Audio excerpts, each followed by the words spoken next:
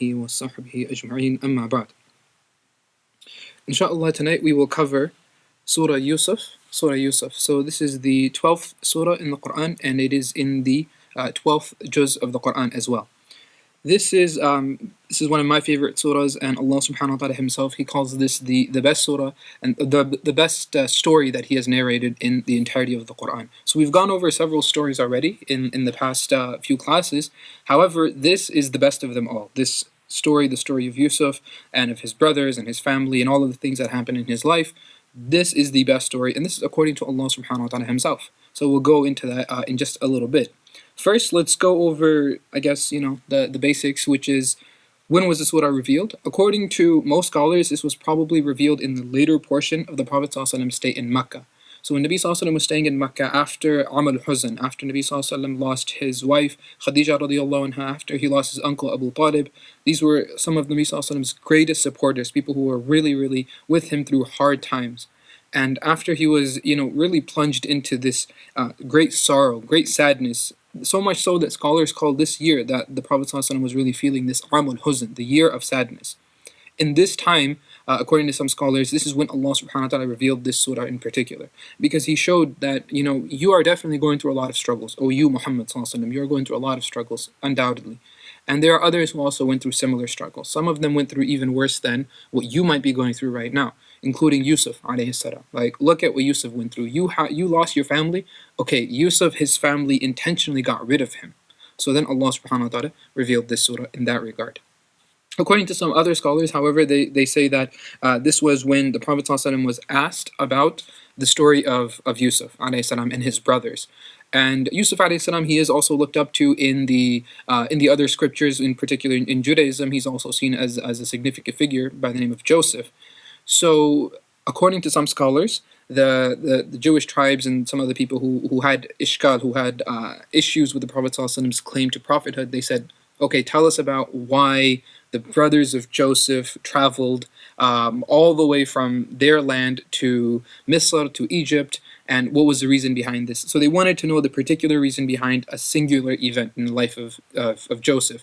They were testing the Prophet ﷺ that, do you really know these historical facts that there's no way you would have known unless you have some access to scripture. So this was their way of testing the Prophet ﷺ, which they did throughout. And when we go into Surah Kahf, which is a few surahs from now, we'll talk about it as well, how Nabi ﷺ was tested in various ways through questioning, through interrogation.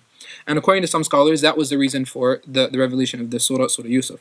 And it's possible that this surah could have had multiple reasons for its revelation, and it was revealed once, in one go. في دفعة واحدة, this entirety of the surah was revealed upon the Prophet ﷺ. However, there could be a multiplicity of reasons behind it.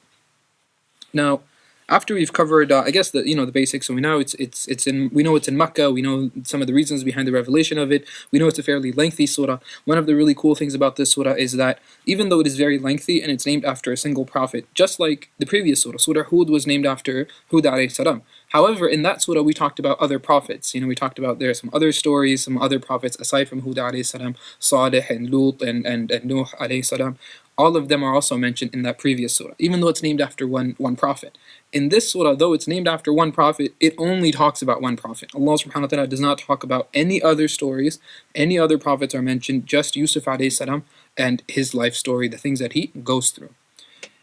And one of the really cool things about this surah as well is that if you look in other parts of the Quran, you will see that Allah subhanahu wa ta'ala will sometimes bring parts of a story. So for example, he will talk about the story of Adam alayhi salam, and he will mention, okay, here is Adam alayhi salam when he was created. Okay, here is him on earth. Okay, here's him when he's interacting with shaitan. And then Allah subhanahu wa ta'ala will tell that story from multiple angles. And sometimes the wording will be different in different mentions of that story. The wording will be different, and the dialogue that Allah subhanahu wa ta'ala will bring from the perspective of, let's say, shaitan, and how he argues with Allah subhanahu wa ta'ala. He debates Allah subhanahu wa ta'ala. Allah subhanahu wa ta'ala says this, and shaitan decides to respond.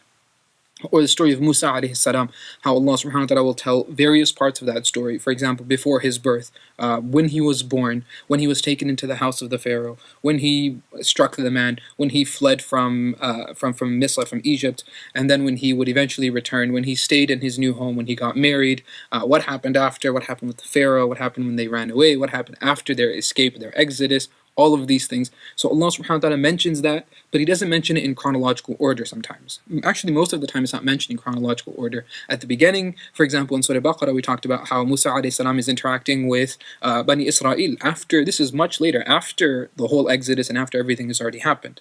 And then if you look at the very end of the Quran, in Surah Nazi'at, Allah subhanahu wa ta'ala talks about how Musa alayhi salam was called to the mountain by Allah subhanahu wa ta'ala and revelation was first given to him. So at the beginning of the Quran, we have one of the stories at the very end of his life, and then now we have another story which is at the very beginning of his prophethood, which is at the end of the Quran. So the order really, it moves around a lot. Allah subhanahu wa ta'ala purposely does this to illustrate and show a single message or a point of one incident in every part. So Allah subhanahu wa ta'ala, he will bring, one incident and He will say, okay, there is a reason for this incident being mentioned right here in this surah, in this context, at this moment in your life. And then Allah subhanahu wa ta'ala will bring another incident, whether that's before that same incident or after, whatever it might be. So that's how other stories are told in the Quran. And the reason I'm going on about this a lot is because the story of Yusuf alayhi salam is told in chronological order. This is one of those stories where Allah subhanahu wa ta'ala talks from the beginning, from when he was a child, till the end of his story when he's a grown man, and then all of these major events have already unfolded after his life. And there's not very much mention of Yusuf alayhi salam again after this. There's like a brief mention of when their father Yaqub alayhi salam is passing away, and Allah subhanahu wa ta'ala talks about how he's on his deathbed and then his sons are brought near to him. So that is much later after this event. But other than that, there's very little mention. Sometimes the name of Yusuf alayhi salam is mentioned a few times in the Quran, but aside from that, this story, like the whole bulk of the story, is told right here in this surah in chronological order, which is what makes it quite unique in comparison to the other surahs and the other stories in the Quran. So before we actually get into the story of Yusuf alayhi salam, let's just talk a little bit about his family, because it is quite, it's a unique family, and Allah subhanahu wa ta'ala talks about He talks about their family, but He only makes mention of those people who are significant, which we'll actually get into in a little bit. First, I want to mention one of the hadith of the Prophet ﷺ, who he was asked once about who is the greatest person. And again, Nabi ﷺ's answer was one of tawadu'. Nabi ﷺ's answer was one of humility. So he is, of course, the greatest of creation. He is the best of all. Allah subhanahu wa ta'ala selected him to be the seal. You save the best for last. Nabi sallallahu alaihi wasallam was selected as the seal upon all of prophethood. He was selected with the greatest message. He was selected to be the messenger for all of mankind. He was the one selected to lead the prophets in prayer. For example, in Mi'raj, in Isra, when Nabi sallallahu alaihi wasallam was brought from Mecca to Jerusalem to lead the prophets in prayer. Then he was selected in Mi'raj to go to Allah subhanahu wa ta'ala's distinction, and he was brought there in the vicinity of Allah subhanahu wa ta'ala. All of these things were privy only to the Prophet sallallahu alaihi wasallam, none else. So he was undoubtedly the greatest of creation. However, out of humility, the answer that he gives when he was asked by one of his companions, who is the best of all people, Nabi sallallahu alaihi wasallam says that it was Yusuf, because he says that he was Nabi ibn Nabi ibn Nabi ibn Nabi. So he says that he was, a prophet who was the son of a prophet, who was the son of a prophet, who was the son of a prophet. So if you actually look at the lineage of Yusuf alayhi salam, so it's Yusuf alayhi salam, and his father was Yaqub alayhi salam, also a prophet. His father was Ishaq alayhi salam, also a prophet. His father was Ibrahim alayhi salam, also a prophet. And obviously these are, very big prophets, because Allah subhanahu wa ta'ala makes mention of these prophets by name, and He tells their specific stories in the Quran. So they are very significant people. So Yusuf alayhi salam comes from a very noble lineage, just a lineage filled with prophets. So he's himself a very, very significant figure. Now, in his family, he is one of several sons. And I want to use the word several here because we have to be a little bit careful how we talk about his brothers and Yusuf alayhi salam and his relation to his brothers. For example, Yusuf alayhi salam is the son of Yaqub alayhi salam through one woman. Through one woman, Yusuf alayhi salam is the son of Yaqub alayhi salam, and he has a brother who is one of his younger brothers, Benyamin. Benyamin, also known as Benjamin, he is the full brother of Yusuf alayhi salam over here on this side. And then he also has a large number of brothers over here. According to some, he has 9 brothers from another woman that his father had married. So another woman that his father had married, and now he has 9 other brothers from that marriage. So that's those are half brothers that Yusuf alayhi salam has. So he has 10 siblings, and he has 10 brothers, and he has 2 parents, like his mom, and then of course his dad, and then he has 9 half brothers and a full brother, Binyamin. And this is relevant when he talks about the dream that he has to his father. So these are just some of the I guess background notes that we need to keep in mind as we delve into the surah and into the story, because quite a bit of things happen throughout the life of Yusuf alayhi salam, and we'll try and focus on all of those major points, inshallah. First, Allah subhanahu wa ta'ala begins with al-huruf al-muqatta'at, which we have spoken about in previous talks. Allah subhanahu wa ta'ala says, Alif Lam Ra. These are the first three letters of this surah, and again, we don't know what they mean. We honestly cannot say that this is exactly what it means. We cannot say with definitive proof that we know the meanings of these letters. And the first thing that we think when we read these letters is that, there are some things, certain things which Allah has kept from me. The knowledge of those things is beyond my comprehension and beyond me. And then he subhanahu wa ta'ala talks about the book that he has been he has given the Prophet sallallahu alaihi wasallam. He talks about these ayahs. Tilka ayatul kitabil mubin. He says, indeed, these or those verses that Allah has revealed upon you are of a very clear book, are of a very obvious and open book that Allah subhanahu wa ta'ala has given Nabi sallallahu alaihi wasallam. And now he will speak about, a little bit about the book that he has given him, and then he details the entirety of the story. So Allah subhanahu wa ta'ala talks about the story. He says, okay, this is the book that we've given you. Here are some, background information of this book. Allah subhanahu wa ta'ala praising the eloquence of this book, because he says, Inna anzalnahu Qur'anan Arabiyyan la'allakum ta'aqilun. We have revealed it to be a speech in the Arabic language so that perhaps you may use your intellect in trying to understand it. Now, I don't want to go into the beauty of the Arabic language. Alhamdulillah, I've had the opportunity to learn it and study it, and it's undoubtedly the greatest language that Allah subhanahu wa ta'ala has revealed or created for mankind. This is the language of Allah subhanahu wa ta'ala that He has selected for His final prophet, that He has selected for His book. It is something that I would highly recommend a person begins to understand and learn and study this language, just so that it will just make you smarter. Honestly, just trying to understand the Arabic language and devoting some time to it will just make you a smarter person, because it requires so much brain power. There's so much depth and beauty to this language that it's no wonder that Allah subhanahu wa ta'ala has selected this language. Now we begin the story. Now Allah subhanahu wa ta'ala begins the story of Yusuf alayhi salam. I'm not going to go into reading all of the verses. Of course, it's a very lengthy surah. However, we'll stop by at certain verses which I feel are quite significant to get the point across. Allah subhanahu wa ta'ala begins the story, and as I mentioned earlier, that He says that this is the greatest of all stories in the Quran. نَحْنُ نَقُصُّ عَلَيْكَ أَحْسَنَ الْقَصَصِ بِمَا أَوْحَيْنَا إِلَيْكَ هَذَا الْقُرْآنِ. And then the Prophet sallallahu alaihi wasallam, he is told by Allah subhanahu wa ta'ala, we've told you other stories before. We've told you several stories in the past. Okay? Now we're not just talking about, in the sequential order that we've come. I mean, throughout the entirety of the Quran, Allah subhanahu wa ta'ala says, we've already told you many good stories. However, let us tell you of the best story in the Quran. Ahsan al-Qasas. The best of all these stories from this book is this one. Is the story that we are about to tell you now. So it's kind of like in preparation, when you're reading like the epilogue or the prologue of something, and it says, get ready, just strap in for the best story that you've ever read, the best book you've ever read, because it's coming right now. That is exactly what the story is. That is exactly what the story of Yusuf alayhi salam is. And it has everything. It has so many themes and motifs. People have written entire books on the story of Yusuf alayhi salam. I bet there are movies that are based off of this of the story of Yusuf alayhi salam. It's really quite incredible. So we'll just try and understand it in the limited time that we have as best as possible. Now Allah subhanahu wa ta'ala really just begins the story not from the birth of Yusuf alayhi salam or anything like that. He leaves out, those details and those events in his life which are insignificant. And you will notice that in this story, throughout the entire duration of the story, after all of the characters come in, like major characters will play a role in this story. However, Allah subhanahu wa ta'ala only gives the name of two people.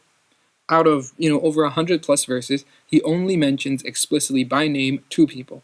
That is Yusuf and Yaqub. That's it. Just the name of the father and the son. Allah subhanahu wa ta'ala does not make mention of any names of the brothers or of all the other people that we will come into contact with shortly. He doesn't give any other names because He says that's irrelevant. That doesn't matter. The names of those people is not a big deal. You just have to know that there was somebody, and that's all you need to know. However, these two people are very, very important because, of course, they are the prophets of Allah subhanahu wa ta'ala. He will mention them by name. So after he says that this is the best story, now he talks about how Yusuf alayhi salam approaches his father as a young man. And Yusuf alayhi salam, now, as I say, young man, this can be interpreted in a few ways because there is, quite an extensive debate on the age of Yusuf alayhi salam. How old was he when he went to his father and he narrated the dream that he had? How old was he when he was, abandoned by his brothers? How old was he when he became the governor? All of these things. So there's a difference of opinion. We'll just say that he was quite young. He was quite young and he goes to his father. إذ قال يوسف لأبيه. And so when Yusuf alayhi salam said to his father, so he says to his father, يا أبت إني رأيت أحد عشر كوكبا والشمس والقمر رأيتهم لي ساجدين. He says that, oh my father, I've seen 11, I don't want to use the word stars, even though that is the word that is typically used, because it can also refer to any heavenly body. It can refer to a heavenly body like planets or something. So, وَالشَّمْسَ وَالْقَمَرَ رَأَيْتُهُمْ لِي سَاجِدِينَ, I have also seen the sun and the moon making sajda to me. I believe earlier I said that he had 9 brothers, or 10 brothers. I meant 11. Sorry, I meant 11. So he had 10 brothers from one side, and then he had his single brother, Binyamin, had another brother from this mother over here. Okay, so these were the 10 that were half brothers. They were not his direct brothers, they were his half brothers. And then he had Binyamin as well. So he has 11 brothers, and he has his parents, mom and dad. And this is important because you can notice the number that there's 11, that he has seen 11 celestial bodies, and he has seen the sun and the moon. So that's a total of 13. And so there are 13 characters in his family aside from him. Now he goes to his father. He says, I have seen them making sajda to me. So how he saw that happen in a dream? Well, this is a dream of a prophet, and however Allah subhanahu wa ta'ala decides to show them what He decides to show them, that's up to Him. That's His prerogative. And you will notice that themes play a very significant role in our tradition, in our religion, and we do believe that there is an importance to dreams. We do believe there is some reality to dreams. However, a person should not become so engrossed and immersed in them that they take over their life. Oh, I saw this, and they start keeping dream journals, and they start becoming just obsessed with them and trying to get their interpretation from anyone and everyone, and they're expecting to see things in their day-to-day that they saw in their dreams. We shouldn't let it immerse us to such a degree. However, we should sometimes keep an eye out for some kinds of things in our dreams. If we have significant dreams, maybe we should try and get them interpreted. There are those people who have qualifications and who are skilled in such a matter. And there are hadith of the Prophet ﷺ in regards to dream interpretation, and we'll talk about that, how that relates in Surah Yusuf, because this is not just something that people just made up. Yusuf alayhi salam and his father will notice they do give credence to dreams, and right away his father talks about the dream that his son has. Now, first of all, let's look at the relation between the father and the son. If one of us sees a dream in our day to day, right, in our regular life, are we going to just run and tell our parents or someone, maybe our spouse or our kids? We probably won't, honestly, because maybe we just don't have that really comfortable relationship with opening up to people about things that might make us seem vulnerable, making us look a little bit weak. And I had this dream and it was scary. I had this dream that was that. Some of us are quite hesitant to do this. So this, of course, it depends on the trust that we have with a certain person, the strength of the relationship we have with that person. That they're not gonna judge me. They're not gonna look down on me and say, "What kind of crazy dream is this?" No, the person might actually hear you out, and they might actually console you, or they might give you advice, or they might try to interpret it, whatever it might be. So the son immediately goes to his father and he says, Dad, I saw this dream. I saw this dream that I saw 13 essentially heavenly bodies, and they were making sajda to me. So the father replies to the son, he says, قَالَ يَا بُنَيَّ. First thing he says is he addresses him in a very calm and loving manner. Right? He's going to give him advice, and not only advice, but he's going to give him a prohibition. Don't do something. That's what he tells him, that don't do this. But he's not strict about it. And he does not tell him that son, listen. No, he doesn't freak him out or scare him. First, he addresses him in a very loving and gentle manner. Even though inside you can tell that Yaqub alayhi salam is probably a little bit shaken when he sees this. So he says that, oh my beloved son. First thing he tells him, do not tell your dream to your brothers. Do not tell your dream that you had to your brothers. لا تقصص رؤياك على إخوتك. Don't tell them this, because if you do, I'm afraid they will make a plan against you. So right away, Yaqub alayhi salam, Allah subhanahu wa ta'ala has clearly given him the insight to tell and have an idea of what the meaning of this dream is, what will happen to Yusuf alayhi salam in the future. So he already has an idea, and because he has this idea, he's afraid that what, I think my sons might actually, the other kids, the other brothers who are half brothers, they might actually do something against Yusuf. Now, half brothers, so we're referring to those 10, not that singular brother, Binyamin, who is the full brother of Yusuf alayhi salam, from that one mother. So Yaqub alayhi salam is afraid. He's concerned for his son, and he tells him that I don't know if you should go and tell your brothers this. And he is not so much afraid for them, not so much afraid for the sons, as he is that shaitan will incite them to do something against their brother. Because right away he says, Inna shaytan lil insani aduwwun mubin. Says that indeed shaitan is for mankind, he is a very clear enemy. He's a very clear enemy. So shaitan might come between you, you as brothers, and he might incite them to do something which eventually they might regret. They might regret the action that they do against you just because of a dream. So he is definitely giving some importance and credence to this dream. Now Allah subhanahu wa ta'ala talks about how, Yaqub alayhi salam interprets the dream for his son. However, he doesn't give him the explicit interpretation, but he tells him what I think will occur with you and what will happen to you in your future. وَكَذَلِكَ يَجْتَبِيكَ رَبُّكَ وَيُعَلِّمُكَ مِن تَأْوِيلِ الْأَحَادِيثِ. He says, in this manner your Lord will choose you. Your Lord will choose you, and He will teach you from the interpretation of events. And I use the word ahadith because, I use the word events because there's a difference of opinion. What exactly does this mean? Bin ta'wil al-ahadith.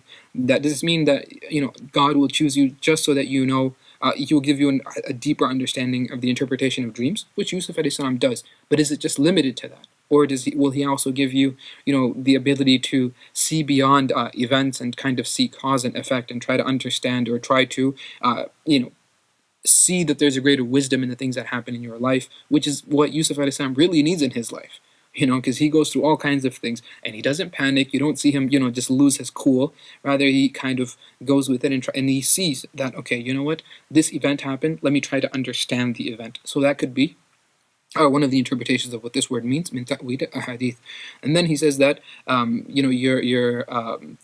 subhanahu wa ta'ala will complete the blessings that He has bestowed upon the family, basically our family. And he mentions the lineage of Yusuf alayhi salam. So he talks about how he is very special and he has been selected by God. So he says, وَيُتِمُّ نِعْمَتَهُ عَلَيْكَ, and Allah subhanahu wa ta'ala will complete His blessing upon you. So this could be a very clear indication that He will select you for prophethood. Right now you're a kid, you're very young. Right now you have not been selected, but Allah subhanahu wa ta'ala will in the future, inshallah, by His will, select you. وَعَلَىٰ آلِ يَعْقُوبَ. And the same blessing that Allah subhanahu wa ta'ala has given Yaqub alayhi salam, He will complete it by way of selecting you as a prophet as well. Kama atammaha, just like Allah subhanahu wa ta'ala completed it, and now He mentions the previous prophets, and He mentions their forefathers. Ala abwayk, upon your two fathers. So this is referring to the grandfather and the great grandfather. And He says min qablu, from before, Ibrahim wa Ishaq. So He says Ibrahim alayhi salam and then his son Ishaq, who were both prophets that Allah subhanahu wa ta'ala has selected. And we remember that Ibrahim alayhi salam had two sons who were both selected as prophets. Ibrahim had two sons, Ismail and Ishaq alayhi salam. So from their lineage, from Ishaq alayhi salam's lineages, Yaqub alayhi salam and Yusuf alayhi salam. And then he mentions them. And now, after he mentions the lineage of Yusuf alayhi salam, now he says something that I really want us to keep in mind. He says, Inna rabbaka alimun hakim. Inna rabbaka alimun hakim. He says, indeed your Lord is most knowledgeable. He has knowledge of all things, and He has all wisdom. He is very, very wise. Remember these two names. Just remember these two names, as they will come up twice more throughout this surah. Once in the later portion and once at the very end. These two names of Allah subhanahu wa ta'ala will repeat themselves, and it's very significant. So inshallah we'll go into that a little bit later. And then Allah subhanahu wa ta'ala, He says something that, I really want this to be one of the crux that we really, center this surah on and what we take out of it. He says, لَقَدْ كَانَ فِي يُوسُفَ وَإِخْوَتِهِ آيَاتٌ لِلسَّائِلِينَ. Allah subhanahu wa ta'ala says, indeed, in Yusuf and his brothers, essentially from their relationship, there are signs for those people who ask. Okay, so this could obviously be an answer to the question that the Yahud had. Okay, tell us about what happened with Yusuf's brothers. So this could be a very clear answer to them that, okay, here's their story. Now, you guys wanted proof that I'm a prophet. Here, I give you knowledge that you asked me about, that there's no way for me to have known, but I gave it to you anyways. That could be one. Another answer could be that this talks about all of those the relationships that we have with people in our lives, and how Allah subhanahu wa ta'ala is able to, through this very complex relationship between the brothers of Yusuf alayhi salam and his brother and his brothers, Yusuf alayhi salam and his brothers, all of those things that we can derive from, all of the benefits that we can take from their relationship and apply them to ours. That, oh, he went through this with his brothers. Well, I'm also going through this with so-and-so. He went through this with his father. Well, I'm also going through that with, this, parent of mine or this child of mine, whatever it might be. or Yusuf alayhi salam and this other brother that he had. So, for example, he had 10 brothers who were kind of against him, and then he had that singular brother who was for him. But then, even from those 10, there was another brother, one of the elder ones, who, he had he had a soft spot, and then he also has a different role to play. So, it's a very complex situation. It's not just, okay, the brothers take Yusuf and throw him away and say, okay, that's the end of story. No, from those brothers, there's a lot of different relationship, troubles and ills that they have, and we can try and derive from them as many benefits as possible. So Allah subhanahu wa ta'ala really tells us that if you look, you will find signs. You will find things that will relate to you, and you will be able to take out from them and benefit from them. Now, I won't go into all of the planning that Yusuf alayhi salam's brothers had against him or what they did to him. As in, I won't read those verses. We'll just kind of skip over them, but we will mention just a summary of what happens. So, even though Yaqub alayhi salam has the plan to protect his son, he has a plan that I'm going to protect Yusuf alayhi salam, and I'm going to protect my son by keeping him sheltered from his brothers who might try to do something, because he already knows, the father knows that some of his sons are jealous of the love and attention that he has for Yusuf alayhi salam. Now, there's a couple of ways of understanding this. That would it not be unjust for a prophet, for a father, to give additional love to one child? However, that's a normal thing. Like, I'm sure the parents who are watching, you definitely have more care and concern for one or two or three children, and you're a little bit less worried about the others. And the reason for that is it varies, but just going off of basic human psychology, the youngest one is typically the one who really needs the most help from the parents. And so the parents have to give them additional love and care, and they have to look after them better. And the older ones, the parents have given them more responsibilities, and they can handle themselves, and they can kind of, tighten, or they can kind of loosen, the leash a little bit, let them go further, and say, okay, well, you can take care of yourself. Whereas the younger ones, they might have to look after them a little bit more.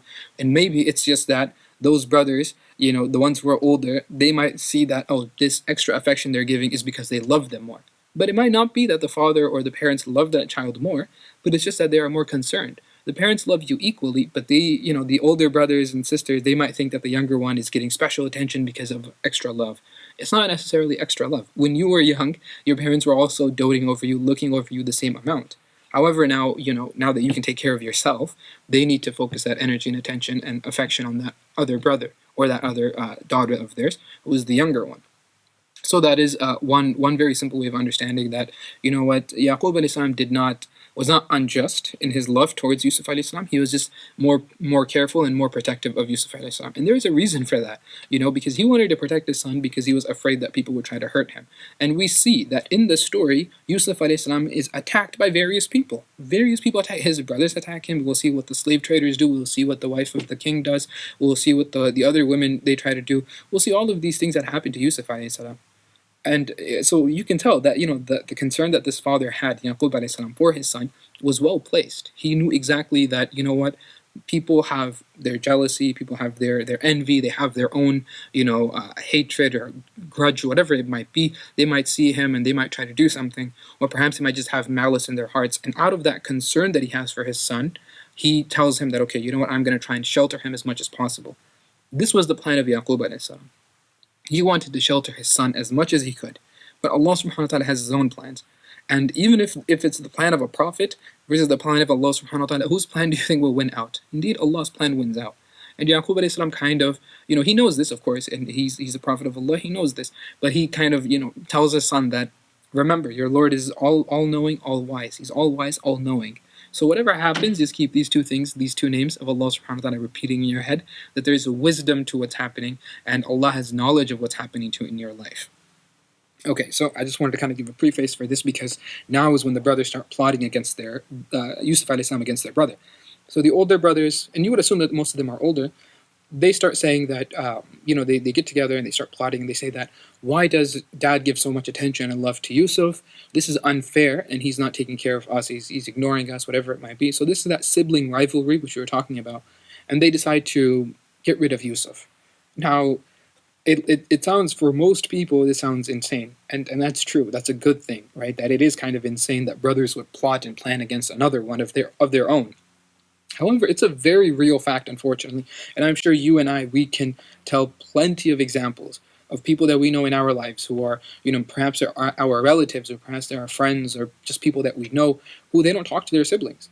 They haven't talked to their sibling in 5 years, 10 years. They don't go to their houses. They don't go to visit them. They don't even speak at all. They're not even on speaking terms. I'm sure we know people like that. So it's not a very strange thing to think that brothers or sisters might plot and plan against one another. That rivalry, this is shaitan. Literally, he's whispering in the hearts of people, turning them against one another. This is what his father, Yaqub alayhi salam, he warned his son about. He said that watch out, shaitan is definitely, he's very cunning, he's very sly, and he will do whatever he can to split between people, which is exactly what he does in this situation. He splits between the brothers of Yusuf alayhi salam and Yusuf himself. So they get together and they say that our dad really, he gives too much attention to Yusuf. If we get rid of Yusuf, then perhaps dad will focus his energies on us. So let's do that. Now their plan originally was to kill him. Their plan was to kill him. So they were willing to go that far. And one of the brothers speaks up and he says, you know what, actually maybe that's a little bit much. Instead of just killing him, why don't we just get rid of him? We can throw him in a well, we can throw him in a desolated place, and hope some other people take up that responsibility of caring for him. Just get him out of our lives, but he'll still be, taken care of by other people. At least we won't have the guilt and burden of doing such a major sin. So we wanted to do this big sin, but let's just knock it down a notch and just get rid of him, which is what they do. So they tell their father, they go to their father and say, Dad, you know what, we want to take Yusuf out for a little play date. Let's all go out and we'll go camping or something. And the dad is Yaqub alayhi salam is very wise. Of course, he's the father. He already knows the situation, not the details of the situation, not their plan, but he has an inkling of something going on. So he says, I'm afraid that a wolf might eat my son. I'm afraid that you guys will be, ignorant of what's going on. You might not pay attention to him. As a result, a wolf might come and eat him, or he might, hurt him, or something like that might happen. That's what I'm afraid of. They say, Dad, really? Come on, look at us. We're, 10 strong brothers. You really think something's going to happen to him? We'll take care of him. We'll be fine. Don't worry. You're overthinking it. And the father, he says that, okay, you know what? Fine. After they promised their dad, you know what? We'll take care of him. What's he going to do? Okay, so he decides that, okay, fine, go for it. You can take him out and go enjoy yourselves on a little field trip, which is what they do. So they go and they take Yusuf alayhi salam, and when they get to this well, so they go out into like a wooded area. They go far out from town, and they get to this well, and at that well, that is where they actually take Yusuf alayhi salam and eventually plunge him and throw him inside of that well.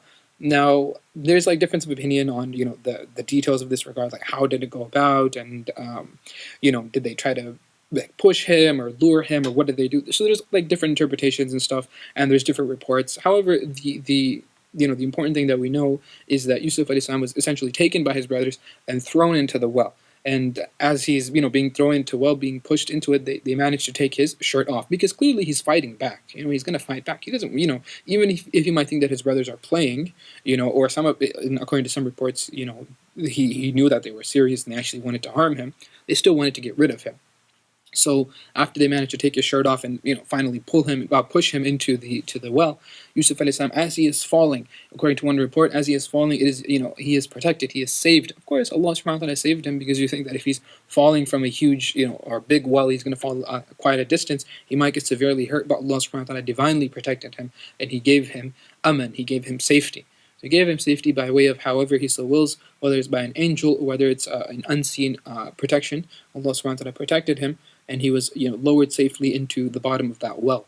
So Yusuf alayhi salam is there, he's in that well, and now the brothers, they've done the job, and they decide to go back. Now as they're going back, what they decide to do is they smear some blood on this shirt, of Yusuf alayhi salam, and they get to their father and they give him the shirt, and they come crying. And these are crocodile tears. These are fake tears, of course. They know what happened. They know what they did. So they're making all this big show and making a whole scene. They come to their dad crying, and they give him the shirt and say, Dad, we were playing, and for just a few moments we looked away from Yusuf, and we had left him with our food. We had left him with all of our provisions, and a wolf came and ate him and attacked him and killed him, and it just completely decimated Yusuf, and now we couldn't come with anything. We only were able to bring his shirt back. And Allah subhanahu wa ta'ala says, وَجَاءُوا عَلَىٰ قَمِيصِهِ بِدَمٍ كَذِبٍ. Allah subhanahu wa ta'ala says they came with a shirt, basically the shirt of Yusuf, with false blood on it, fake blood. It was not blood of Yusuf alayhi salam, obviously. And they gave it to their dad. When Yaqub alayhi salam takes it, and according to some reports, he sees the shirt, and he says, how kind is this wolf? How nice was the wolf that it ate my son, but it didn't manage to tear the shirt at all. Like the shirt is in perfect condition. So right away when he says this, the brothers know. The brothers know that dad knows something is up. He knows that our story does not check out. And this is why Allah subhanahu wa ta'ala, he says that, when Yaqub alayhi salam sees this, the response that he gives to them right away, he says, after we mentioned the story of the shirt, he says, قَالَ بَلْ سَوَّلَتْ لَكُمْ أَنفُسُكُمْ أَمْرًا. He says, no. Right away he knows. He says that, no, the story, the version of events that you're telling me, the version of events you're telling me does not check out. He says, rather, I think that it is your nafs, your desires, your ego, that has really caused you to do something. Caused you to do something. It has muddied the waters. You've done something, and it's not what you're claiming. What you're claiming happened, that's not what happened.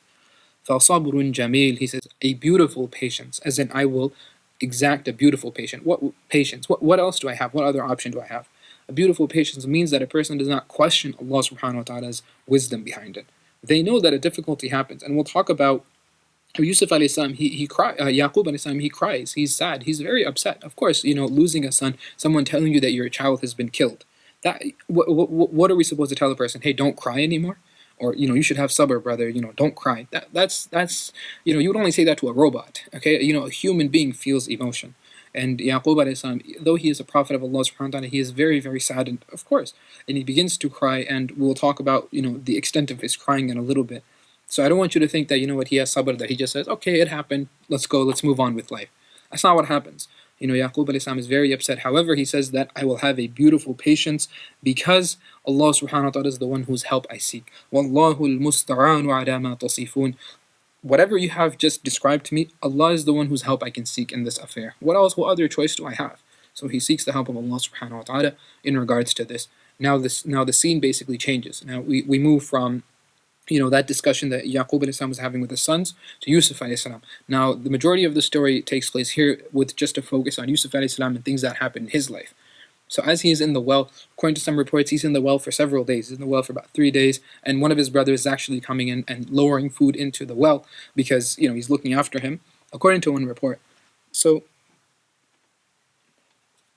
after a few days have passed now, they say that a caravan is passing by. A caravan is passing by through that area, and they see Yusuf alayhi salam, or one of them actually comes to get some water from the well. Now, as he comes to get water from the well, he lowers a bucket inside, and he sees that there's a child inside.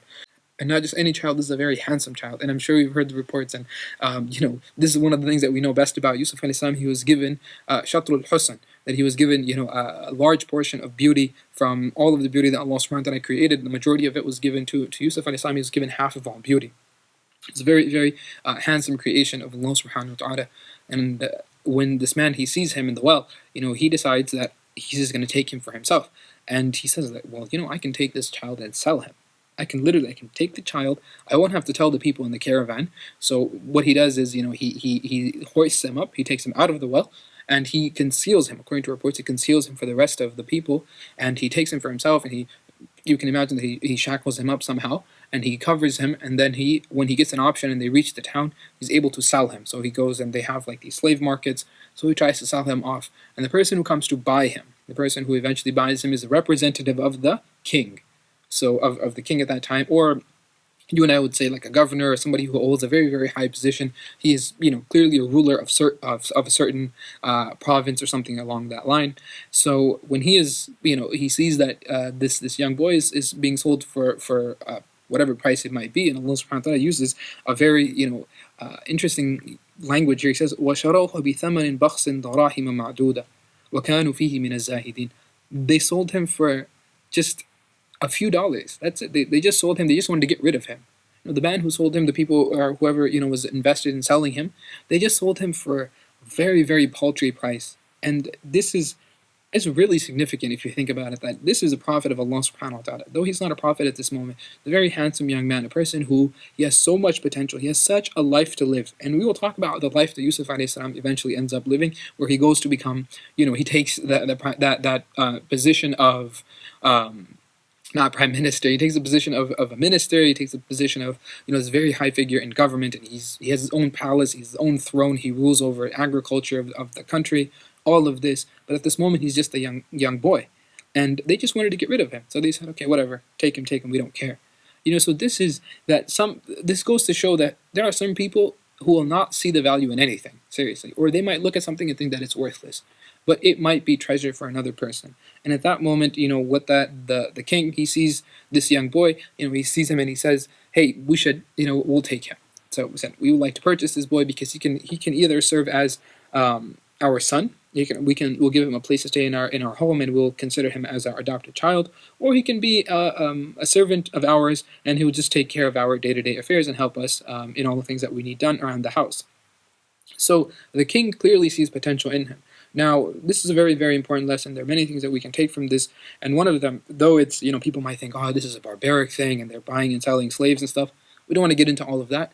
At this moment, we could just see that, these people they wanted to get rid of him. They didn't see the goodness in this. They did not appreciate what they had in front of them. Whereas somebody who is lacking, and you can clearly say that he's lacking children. He doesn't have king. The king does not have kids. He does not have children of his own. And he says that, what, we need a child. Why don't we take this child?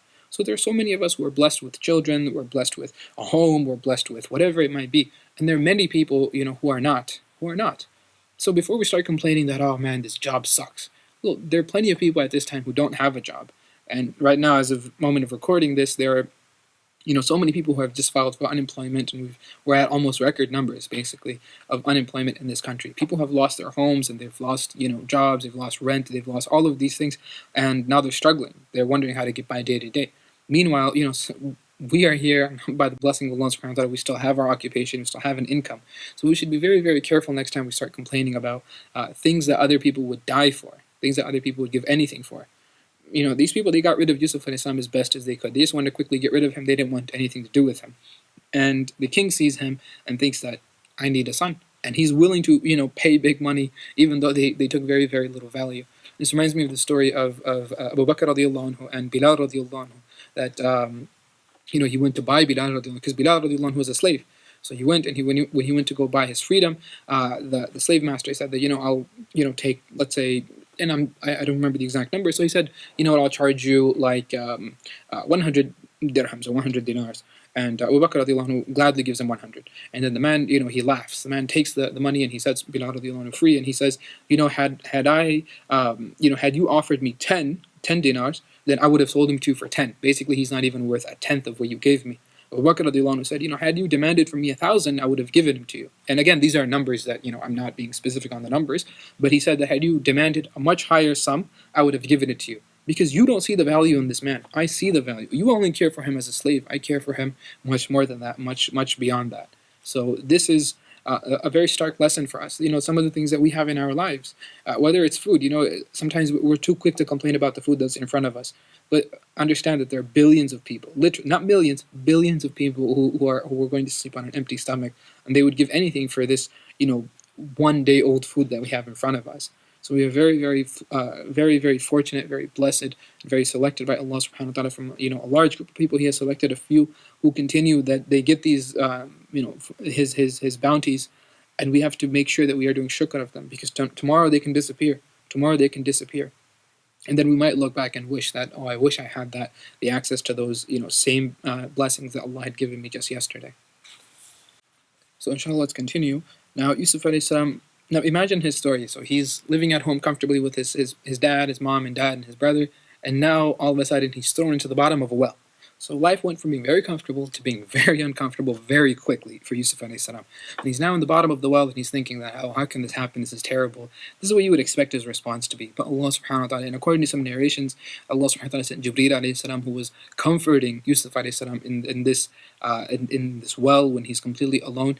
And you would expect him to be gripped by terror and to be, completely alone and filled with anxiety. Allah subhanahu wa ta'ala gave him comfort and relief in that moment. And then after he's taken out of the well, you would think that, okay, great, he went from home to being in the bottom of a well, and now he's picked up by people, so at least he's been saved. But guess what? These people turn out to be slave traders, so now they're selling him into slavery, and you think, oh man, he was just rescued, and you thought things were looking up for him, and now things are pretty bad. Now he's in servitude, living in slavery. However, what happens? The person who comes to buy him is the king. So all of a sudden he goes in, the king tells him, and he says that we are going to, and he tells his wife, he says, وَقَالَ الَّذِي اشْتَرَاهُ مِن مِصْرَ. The one who had bought him was from Misr, he was from Egypt, and he says, لِمْرَأَتِهِ, to his wife. And again, Allah subhanahu wa ta'ala does not mention the name of these people. And some of them, they say it was Zulaykha, that was the name of the woman, and they give the name of the king and stuff like that. That's completely irrelevant as of this moment.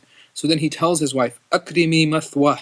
He says that why don't you take him and give him a very luxurious and comfortable place of stay.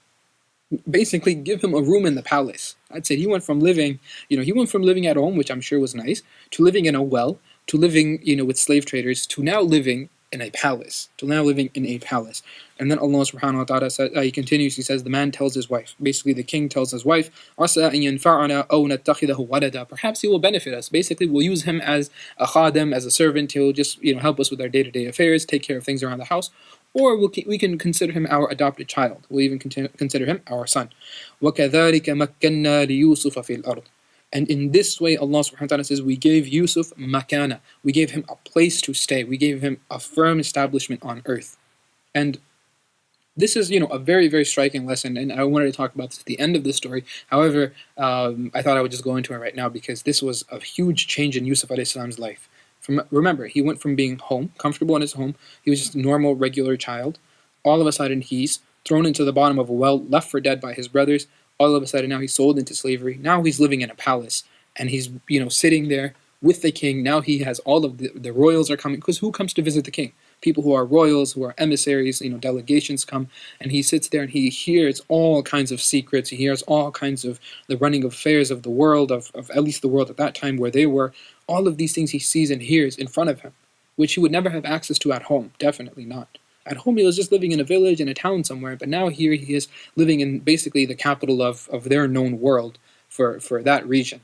So Allah subhanahu wa ta'ala says, we took him. Obviously it was through some difficulty, and all of these events that happened in his life, you might think, how could God take a child and, a prophet of his nonetheless, and have him, almost killed by his brothers? How could God leave a child in the bottom of a well? How could God have the child taken and sold by slave traders? All of these things happened to a prophet of Allah, who is a child at that moment.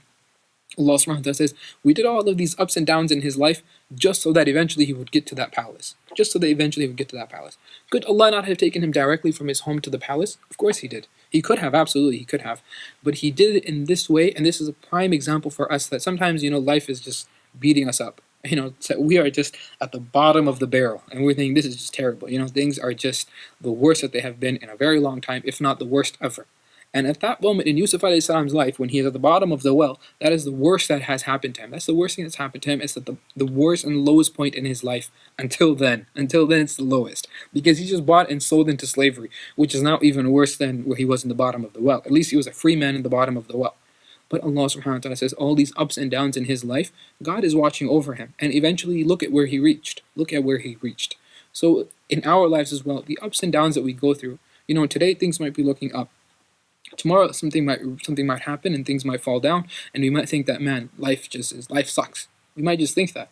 But Allah subhanahu wa ta'ala has a plan in store for us. And inshallah, you keep working, keep your head held high, and just keep moving, chugging along.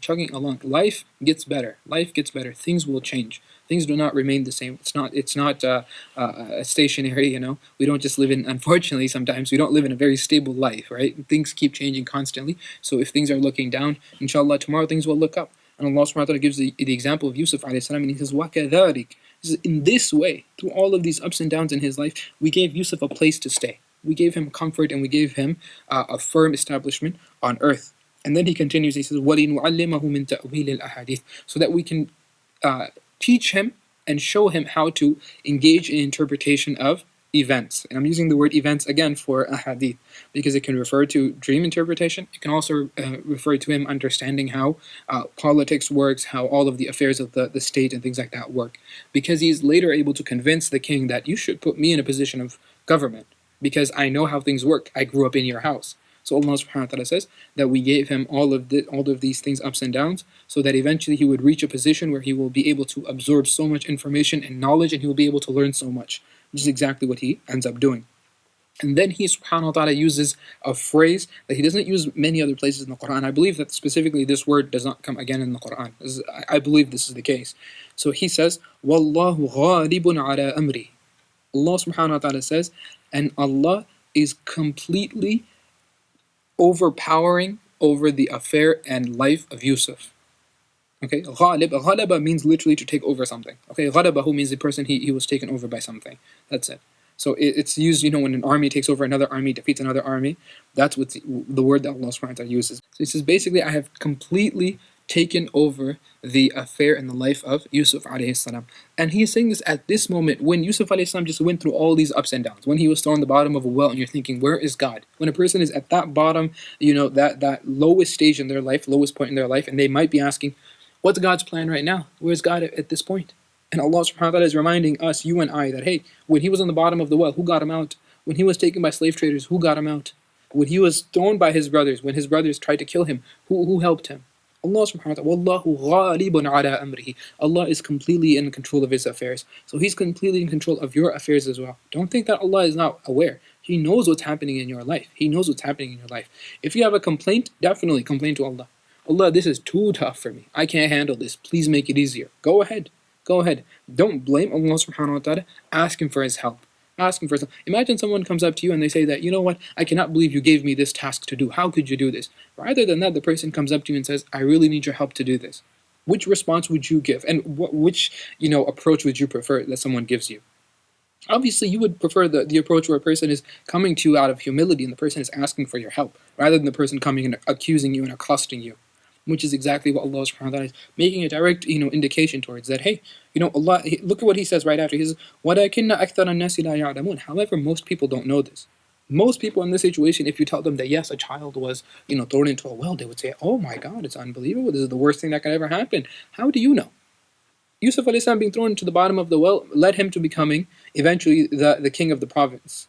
How did that happen? This is the affairs of Allah subhanahu wa ta'ala. He works in mysterious ways, and this is a prime example. And your life is a prime example. Your life is a prime example.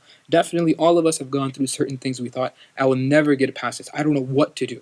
This is the worst thing that's happened to me, ever. And yet, look where we are today. And who knows where we might be tomorrow. Who knows where we might be tomorrow. Always keep the door of possibility open. Don't start shutting it by just thinking that, oh, this is it, my life is over. You should never fall into despair and disharmony or despair and hopelessness like that. This is not the way of a believer, which we'll talk about in a little bit. Then Allah subhanahu wa ta'ala, he says in verse 22, if you want to follow along, he says, وَلَمَّا بَلَغَ أَشُدَّهُ آتَيْنَاهُ حُكْمًا وَعِلْمًا. When Yusuf alayhi salam reached the age of maturity. Difference of opinion what that age was. However, it's not very relevant. Okay, it doesn't really matter, because if it mattered, Allah subhanahu wa ta'ala told us the exact age. It doesn't really matter.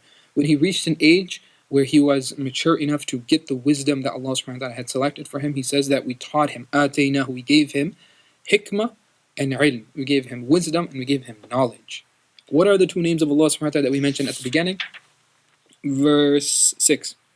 What does Yaqub alayhi salam say to his son? Inna rabbaka alimun hakim. Indeed, your Lord is all knowledgeable, all wise. What does Allah subhanahu wa ta'ala give to Yusuf alayhi salam? He gives him wisdom and he gives him knowledge. He gives him both things. He gives him hikmah and he gives him knowledge, wisdom and knowledge. And he says that in this way, this is how we take care of the people of ihsan. وَكَذَلِكَ نَجْزِي الْمُحْسِنِينَ. Allah subhanahu wa ta'ala says, in this manner, by giving him these things, by giving him knowledge, by giving him wisdom, this is the reward for those people who have ihsan. And we'll talk a little bit about ihsan, because Yusuf alayhi salam is called a muhsin, and he is qualified and described by this word quite a little bit later on. Now Allah subhanahu wa ta'ala talks about another big test that Yusuf alayhi salam faces in his life. He says that the wife of the king falls basically head over heels for him, and she tries to seduce him.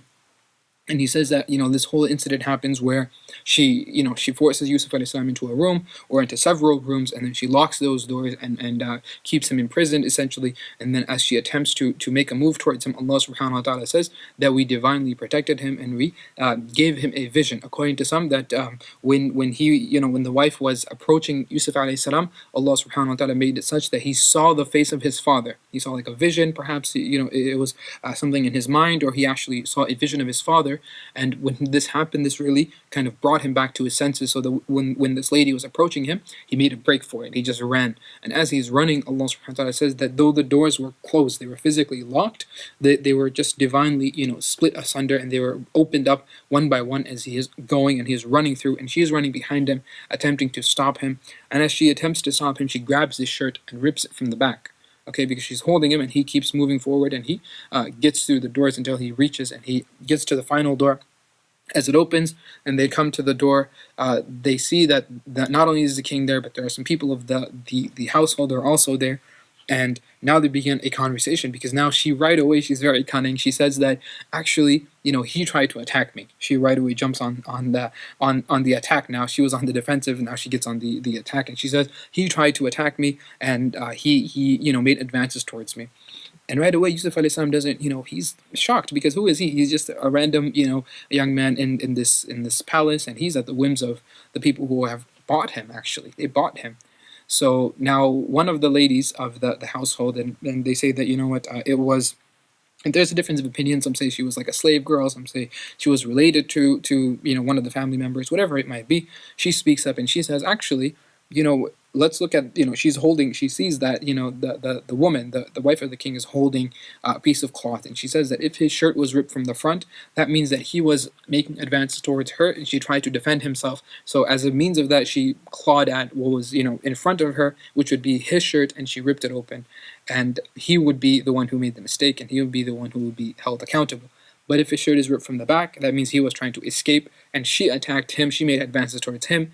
She grabbed his shirt, and it ripped.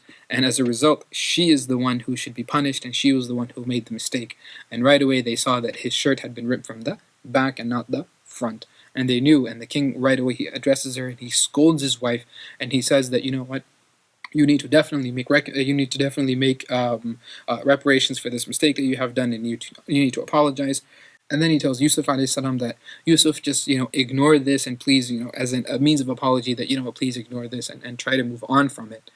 And we see that again. There's a mention of the shirt. The first time we saw that the brothers, they came to their father with the shirt of Yusuf alayhi salam, and that shirt was what really gave proof to their father, to Yaqub alayhi salam, that I think my sons have done something to Yusuf.